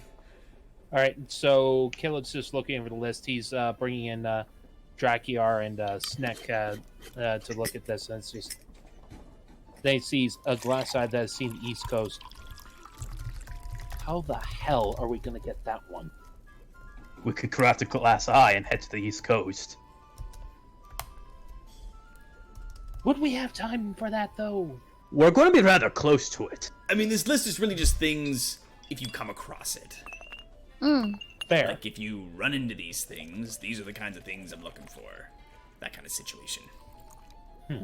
If you'll provide us with the glass eye, we could probably get it to the East Coast at some point. That kind of seems like cheating to me. Yeah, someone needs to wear it. As in, it needs to be in an eye socket. And then have Gross. seen the East Coast. Hold How on a long second. does the Can I see person the have glass to be eye? alive for that? Hey, Talbert, wanna go to the East Coast, buddy? I mean, you're gonna be heading kind of south and eastish. I mean, it wouldn't be against the. It wouldn't be a Get bad you idea. too. Would it Got a count glass eye if we can I pop saw in? it? How's The that fact feel? that we could actually create that is Would hilarious. it count if I used wore it? I'm gonna go with wore it. If you put it in your eye Pop socket, it in a socket. I mean, if you ask him, he's like, I mean, I think as a component, it needs to have been worn by somebody who's seen the East Coast with the eye. I don't ask how the components work. It's just what it is. How long do but they I have don't to be know. alive for that? Glass Like, can we just like can't jam it in actually someone's see. face and kill them with it? You're missing the point. Okay, magic sometimes is less about the literal thing and more about the idea. It needs to be someone's glass eye, so someone had to have it and needed to replace an eye and had seen the East Coast. But Talrin has no eye, so technically he does need one. Do you have a glass eye we could take? And on the off chance it works, we can bring it in and we can bring and it if back we to you. put glass eyes in his sockets, then when he disguises himself as a human, it won't be as scary. I don't have any glass eyes. Okay. Go ask Do you have Uber. any human eyes? He like silently looks around the room and goes, "Those aren't for you." No, but for Talrin. I don't need human eyes. I have flame eyes. But your disguise kit, I like have if we run special any eyes. human, I don't use it's gonna be a disguise little kit. scary. I use magic. My brand. Okay. I mean, we could always capture a slaver, rip out his eye, give him a glass eye, and then force him to go see the East Coast. Do we really want to take one of those Or back you could on just a road go trip? to the East fucking Coast and look for someone who has a glass fucking eye and then buy it or steal it from them. Jeez. But can't we just put a glass eye to someone who had an eye that worked? Guys, this is really You're hard. cheating a You know? thing that doesn't need to be cheat, okay? Oh, you're going about this Glass the eyes are rare. wrong way. It's getting dark as fuck. It's getting dark out. I imagine some of you have places to be. Oh, it's dark out. Talrin. Hi, Shaman. Shaman, thanks for entertaining us. Yep. I'll keep an eye out for the list. Yep. I'm off back to the vampire soup kitchen. You guys head on Vampire out. Soup kitchen. I refuse to call it anything That's else. kind of his nature. That's very The cute. brothel? The The soup you kitchen. guys Yes. head The to soup the kitchen. soup kitchen. The brothel. And now, Me- who all is me and going to Piffles this do that place? the entire way. I want to see it. I want to see it. Yeah? I may as Yeah. well. Do you guys all head there together? Sure. Yeah. Oh, I excuse feel me. like I have some idea what this might actually be. A brothel. Part of me wants to go because of Tonberry, but another part of me wants to like sit out because he doesn't want the association of a brothel, him being associated into a brothel to get back to his mother. So, you guys make your way to the manor. this large manor that is in the downtown area. Go, good God, don't call it the manor. Don't call it the manor. Please, God, don't. No. We're not going to call it that? Is there a reason why? Okay, Yes. in Guelph. For those of us who live in Kitchener and Guelph, yes. Oh, okay. In the So city, you find your there way is- to a large, sorry, fancy house. Doc. Yeah, This yeah. requires some backstory. As God, the maybe maid not. please explain. There is Later. one major highway that runs through Guelph. Okay. In about the center of town, there was a traditional Tudor manor, massive thing. Mm-hmm. It's now a And- strip club. It has been a strip club for more than 2 decades at this point. Well, yeah, I Called the grew up manor. near there. I know the place. Don't call it the manor. Lawrence doesn't want to call it the manor. All right, so it's a mansion. Let's go to the manor. There is a large mansion in the uptown fancier area of the Black City. And as you make your way to the front doors, the closed sign is now absent. Bravo. And the doors stand silent. What do you do? Knock on it. Are you sure this is a good idea? As you knock on the door, there doesn't can't appear to be imagine this anybody being that any worse. answers particularly, but Light goes up. one of the doors creaks open with a great can't large imagine. mechanical latch sound. The door opens up, and immediately the smells of fancy perfumes, of wine and food and silks and massage oils fills your senses. So Talon gets none of this and isn't concerned in the slightest. And is not concerned. And there appears to be the large area as you make your way in through the lobby is largely empty. But just a little ways in from the lobby, down some stairs, as you wander along quietly, you find yourselves into a large subterranean lounging space where you see a handful of vampires sitting about, sort of discussing things with each other, dressed in fancy regalia, covered in very lavish, very expensive and extravagant human clothing. Obviously, all of them mostly in darks, blacks, reds, blues, and as you see, This guy knows what's up. a human comes just tearing ass down one of the corridors that leads off past some large red silk curtains, as he just comes tearing towards you guys. And it's a human, and he seems to be wearing just sort of tattered cloth. Seeing you guys, panics and is quickly looking around, going, and before he can say anything, a dagger flies through the air at an unnatural angle, sort of changes a corner, and it changes a corner again, and catches him right in the back, and he goes, and falls straight down on his face, on one of the rugs. And the blood originally starts to pool out from him, and then it slurps up off the floor and makes its way into a large vial. Quick before he dies, I want to cast Cure Wounds. Do it. Snack, what are you doing? This is a human. We don't care for humans. I don't care for humans, but I can make friends with the vampires if I secure their food source. You cast that? So you cast the spell, right? It actually heals for 4 points higher than that. Yeah, Or sorry, 5 points higher than that. and the blood, goes backwards out of the vial, into the floor, into this guy, and he goes, and then dies again because he still has a dagger in him. Snack. And What was Round from two. a distance, Take the dagger out and then do it. stepping out from behind one of the large stone pillars, Snack. What was the point of that? you hear some applauding, slow clapping as a vampire steps out into the open. She goes, "You know, I had never honestly thought of that. Killing a person twice in a few short breaths. That does interest me. I don't believe I've ever seen you in my establishment before. I am Tonberry. This is my manor. How may I be of assistance to you?" And I was that, trying to save the food source. ladies and gentlemen, is where we're going to wrap up today's game. Dang it! Oh man. There you go, ladies and gentlemen. There it is. I was kind of hoping I'd be able to get to the point of interrogating my mom tonight. I'm very sorry. It seems like I'm loving the amount of roleplay though. This is fantastic. We also got man. seriously derailed with the hype. 1 second. We did get seriously derailed with We the did hype get train. I had to very explain the derailed by toad the hype lifting train? like 4 times.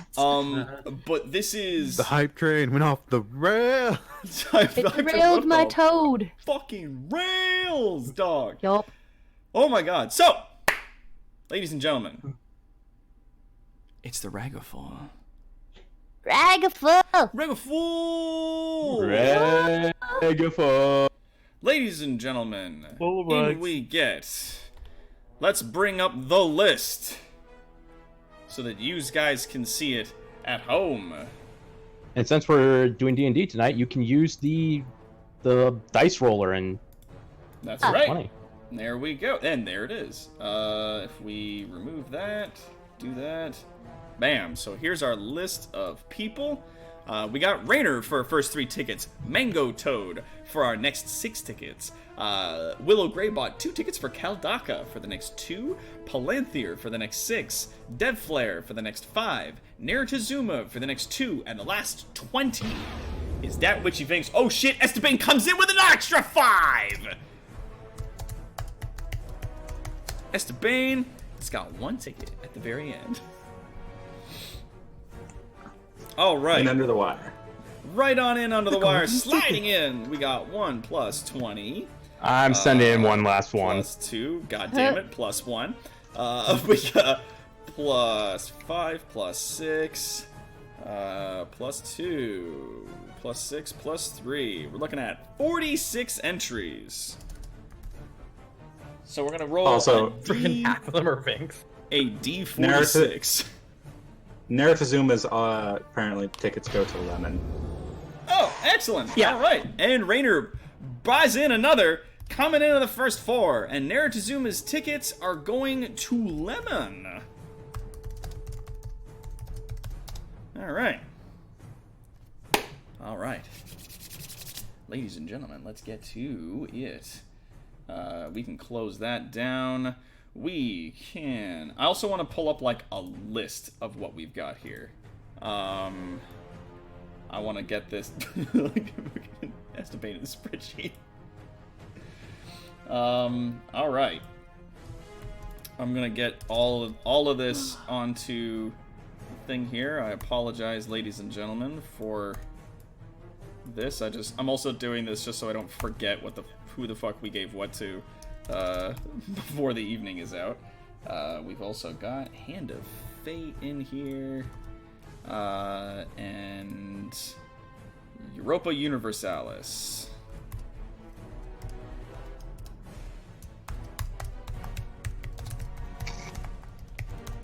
Europa Universalis 4. And then our final big prize that we're going to be holding here is War for the Overworld. Underlord Edition. Last chance to get those landmark keys. I swear, it's still a working game. Yeah, it's still a working game. You guys. What are we talking about? Guys? Yeah, Working, guys, yes. you still there? Populated, no. Right, so we got Calendaros there, and of course Europa Universalis was brought to us by our good man Magnoth Redux. Redux, there we go. Blah. Alright, so here's our list. Boom. As you guys can see, there's a bunch. And I'm going to be putting this all together later tonight, but that's the list that we're looking at. Shazam. Actually, you know, why is the window capture all fucking weird? Oh, that's because I had to, like, fucking move it around. All right. Dope. Then I'm going to go like this, and I'm going to go like this. There. So now, use cans. Yeah, it's not going to show it. Cool. All right, I'll do it like this then. There. So now we're going to roll a D46. Roll 1d46, and then depending on where the number is, that will land us on what we got. So, Magnoth Redux. First up, the Europa Universalis 4 is going to be our first thing. I need a fucking button for drum rolls. I need like a drum roll. Our first winner is number 34. Thanks. Is that Vinx? Wait, no. Sorry, no. I thought I was thinking. 10, 12, Wait, no, that is 18. Vinx. That is Vinx. Yeah, I Number was like, 34. Can we get a number 34? Please? 34, number 34. Ladies and gentlemen, that's Vinx! Hooray! Alright, so, Vinx, you are our victor for Europa Universalis 4. It is a game that a bunch of my friends have absolutely lost their shit about for a very long period of time, and won't shut up about. So that's what's up. It does fall into the category of look up tutorials beforehand, because it was a learning curve like a brick wall. Hey, Doc. It does on occasion. Doc makes a good Raynor point. did get one more. Yeah. Shouldn't it be a D47? It should be a D47. All right. So you up to 5 tickets? Okay. Wait, no, just 4. Just 4. Yeah, no. So I did calculate that. So it was at 46. Oh, okay. So you Yeah. were calculating that incorrectly. I was counting it in. Don't worry. Yes, because Making with that, then yes, it is okay. Yes. God, you make me question my math. All right. So next up, Hand of Fate, Man. ladies and gents. All right. So let's do. All right, make sure your Boog is aware of his win. Here we go. It's number 3, Raynor. You have won a copy of Hand of Fate, a fun game on Steam. I don't even know what that game is. Nobody does. If I'm thinking of it correctly, it's a game where it's like D&D, except you draw cards from a deck you've built to determine your adventure. Yes, It's actually a really cool idea. It's a very cool idea. It is, the game sort of deals you a hand at the beginning, and then that pre-constructs a dungeon and an adventure for you. And it gives you additional sort of abilities and whatnot as you go through. You can build different decks for stuff. As you guys can see, I'll just showcase it here on the screen for the folks so that you guys know. And as you go through it, yeah, like it's pretty fucking wild as it goes along. It appears to be very like third person dungeon crawler kind of game, but the game will sort of randomly throw different things at you. Very roguelike, lots of replayability. Definitely worth checking out. It's a third-person dungeon crawler with a lot more resource balancing mechanics and a deck builder mechanic thrown in. Yeah, like it seems like it's a grand old time. Psychonauts, which I feel is a game that requires no introduction. One of my favorites. But we're gonna One of my all-time favorite here. games. Any I am the milkman. Yes. I think I own like 2 different copies. I've never. I actually got the game and I've never taken the time to play it. I really Oh, need to do dude, play so. it, play it. I've got it on Steam. I've got it on PlayStation. I've played it like, I've played it at least 5 times through. I got so many games. This was an absolutely classic PlayStation game. It has overwhelmingly positive reviews, and it is the so psychic good. odyssey through the minds of misfits, monsters, and madmen. This classic action-adventure platformer from acclaimed developers Double Fine Productions follows the story of a young psychic named Rasputin. And has a sequel in the works. It does. I am so ecstatic for the freaking sequel. You have no clue, man. It has been brought to us by the people who, the same people who actually brought us. What was it? Why is the name escaping me right now? It is Brutal Legend. Day of the Tentacle. Yes, yes, it did. but also absolutely screwed people in Space-Based DF9. I don't like Double Wow, Fine. you can hear the crickets. 11 to 13. I'm just saving myself a bunch of trouble. They crowdfunded a game and then screwed people on it. Oh. 14. I Kickstarted didn't hear a game, about that I guess. one. They Kickstarter is a weird ass platform. Because if Yes, it's not what they did funded was properly or appropriately, then they can fuck people over, and it's not about them; it's about Kickstarter. Yeah. Sometimes. It was yeah. They got the bare bones of a game put together, and then said, "Fuck it, the community will mod it to be something decent," and dropped it. Instead of even meeting what their base level thing is, because it was a very successful Kickstarter. Because it was Dwarf Fortress in space, if you know what that is. Oh, Yeah, that God. would've done it. Oh. Yeah, but they got the barest of bones thing, and then dropped it, and we're like, the community can deal with it. Beware the carp. Yeah. Named Carp has eaten your dwarf again. God damn it. Oh, that's where I went wrong. There it is. 11 and 12. Then that would be 13 to 8. For those who don't know, Dwarf Fortress is a very old game where, and in it, everything is based off of stats, and you level up your stats by doing actions that are based off of them. Carp are always swimming. Swimming is strength based. All right. So since carp are always swimming, they basically get infinite strength and become the most deadliest things in the game. Shibbit. That's hilarious. That's terrible. And So once let's see. they build enough dwarves, they get That's special stupid. names because the dwarves expect them to never get killed by them. Let's see who wins a copy of the classic Psychonauts, ladies and gentlemen. Our winner is 17. That is Palanthir.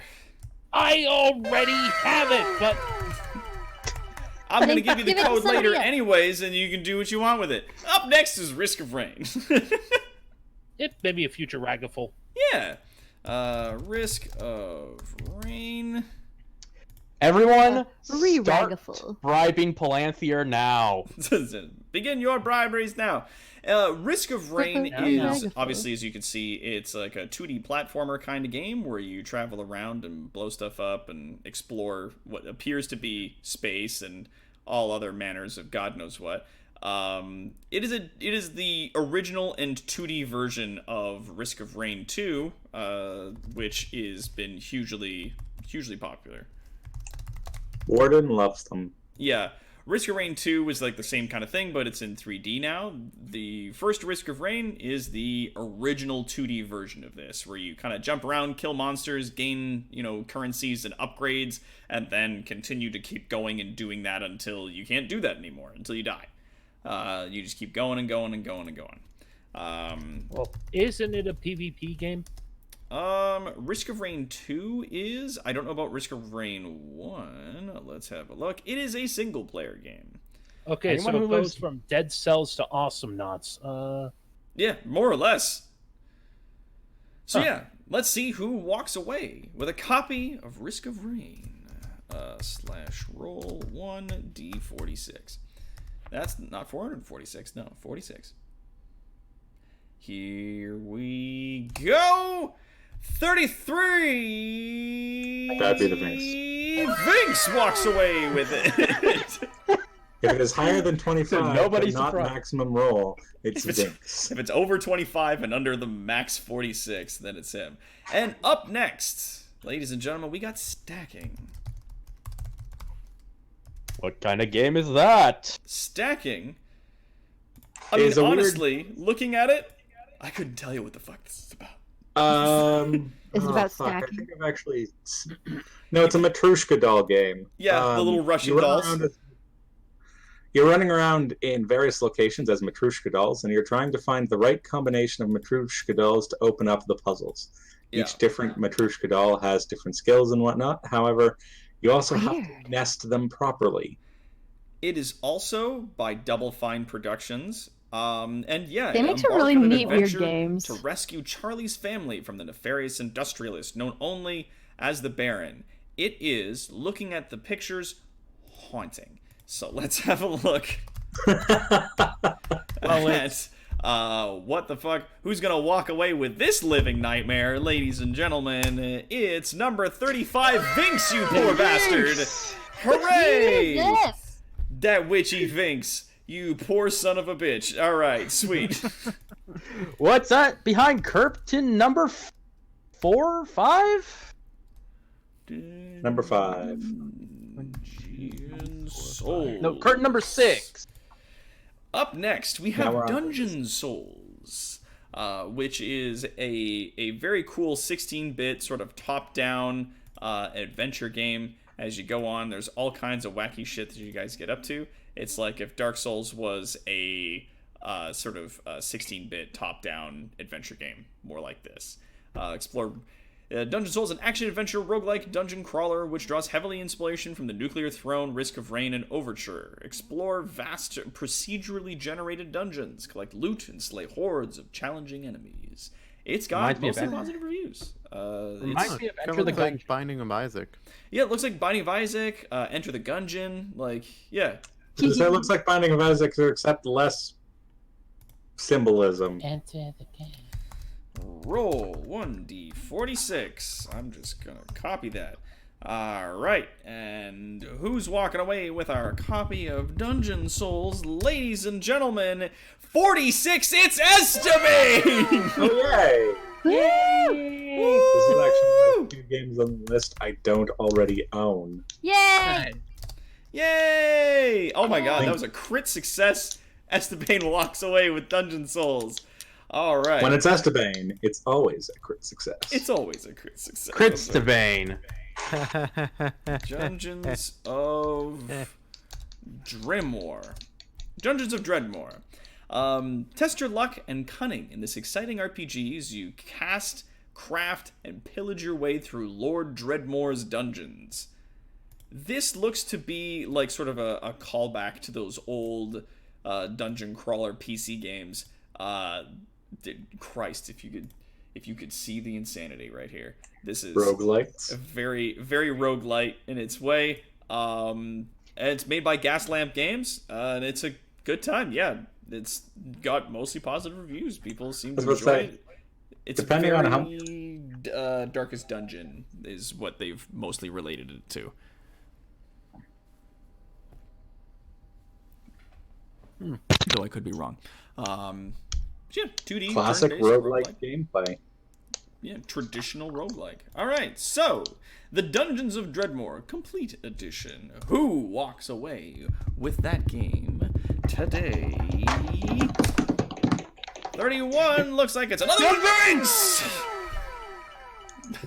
The Don making out like a bandit. Don's making out like... Don knows what to do. Don knows how to fucking secure his victory, and that's with just a ton of money. Like half of them. Yeah, like half of these fucking things is walking away. So, up next, our final draw this evening is one of my all-time favorite games ever. It's called War for the Overworld. This is the big prize tonight, This people. is our big prize for the night, ladies and gentlemen. War for the Overworld, the Underlord Edition. It includes in it all the different things that you would need, like all the expansions and other stuff like that. Underlord Edition, a bundle. Yeah, that not only includes War for the Overlord, but also the Underlord Edition upgrade, which, if you check that shit out,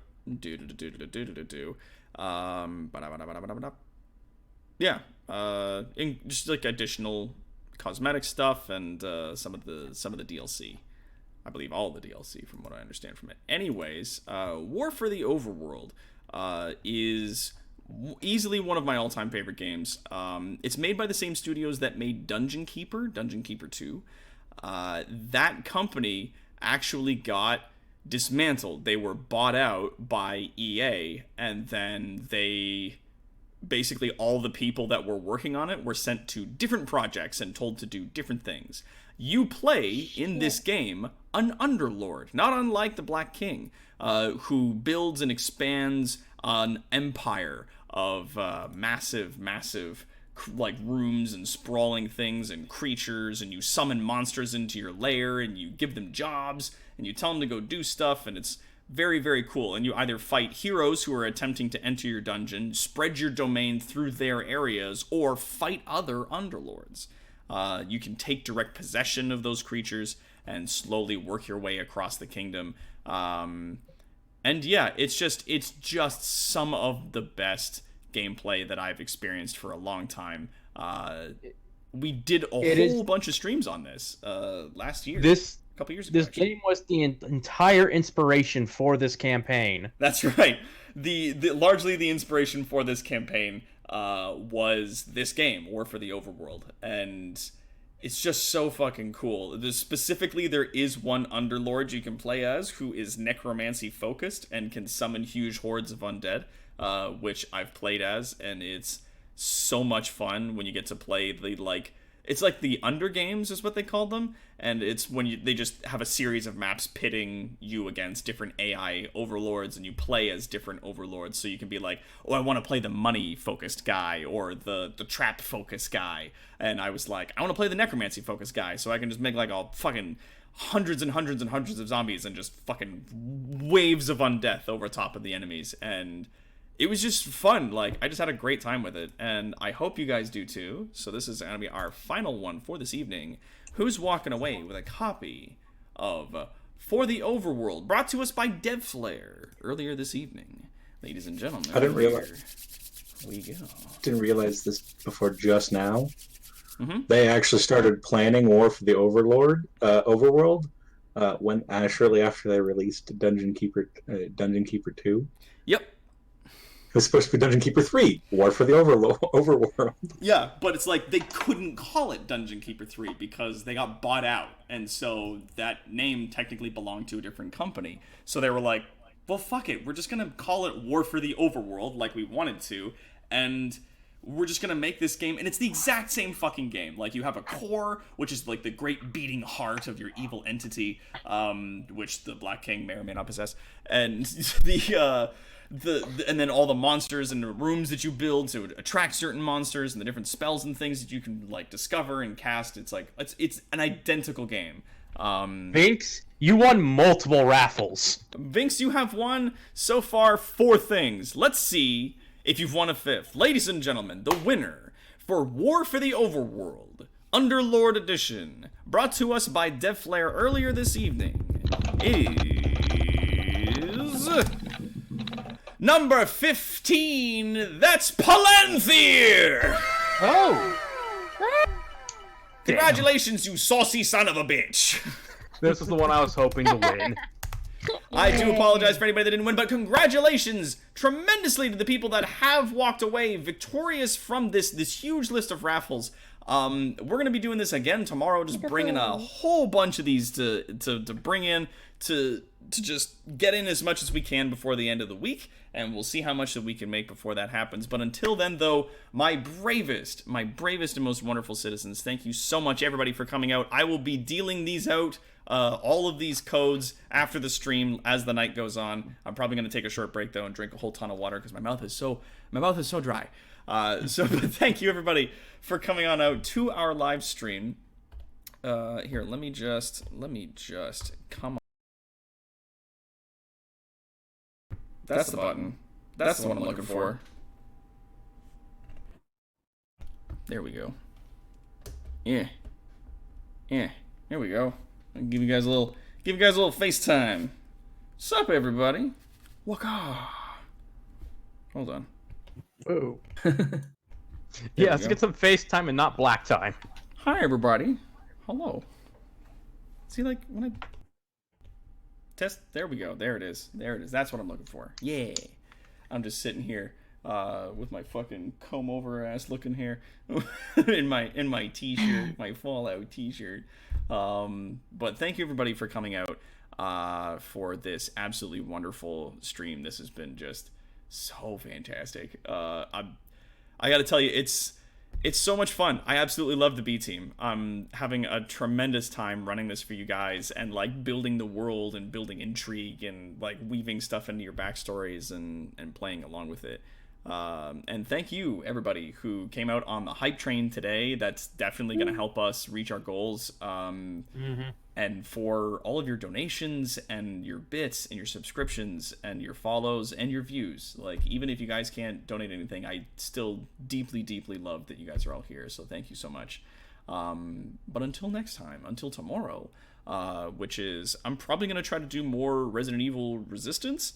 I'm gonna get big old Dan back in here with assorted unicorns and Colonel John Squall, and we're gonna have ourselves some more fun trying to survive zombie bullshit. See if we can go get some more Animal Crossing. Animal Crossing I might do this weekend. I might do like a bonus chill stream on Sunday to do Animal Crossing and just like hang out with you guys and fuck about. But until then, my bravest of citizens, I am Toronto's greatest supervillain and evil genius, Dr. Terrawad. This is our Layer 4.0. I have been your humble and wonderful DM this as much as I can be. We are joined, of course, by our fantastic players. Top of the list, we have Esteban playing Talrand, our skeleton hunter. Weirded out by the need to now explore Tom Berry's dungeon, but willing to explore. Kinky. There are some information that I need from the weird sex dungeon, so I have to go into the weird sex dungeon to find the information. I want to see the baby in the sex dungeon. No. I'm looking for a small child. You're in the wrong place, sir. That's not. We don't offer that here, sir. I would like to see the baby. Tom Harry, stop potentially keeping small children in your sex dungeon.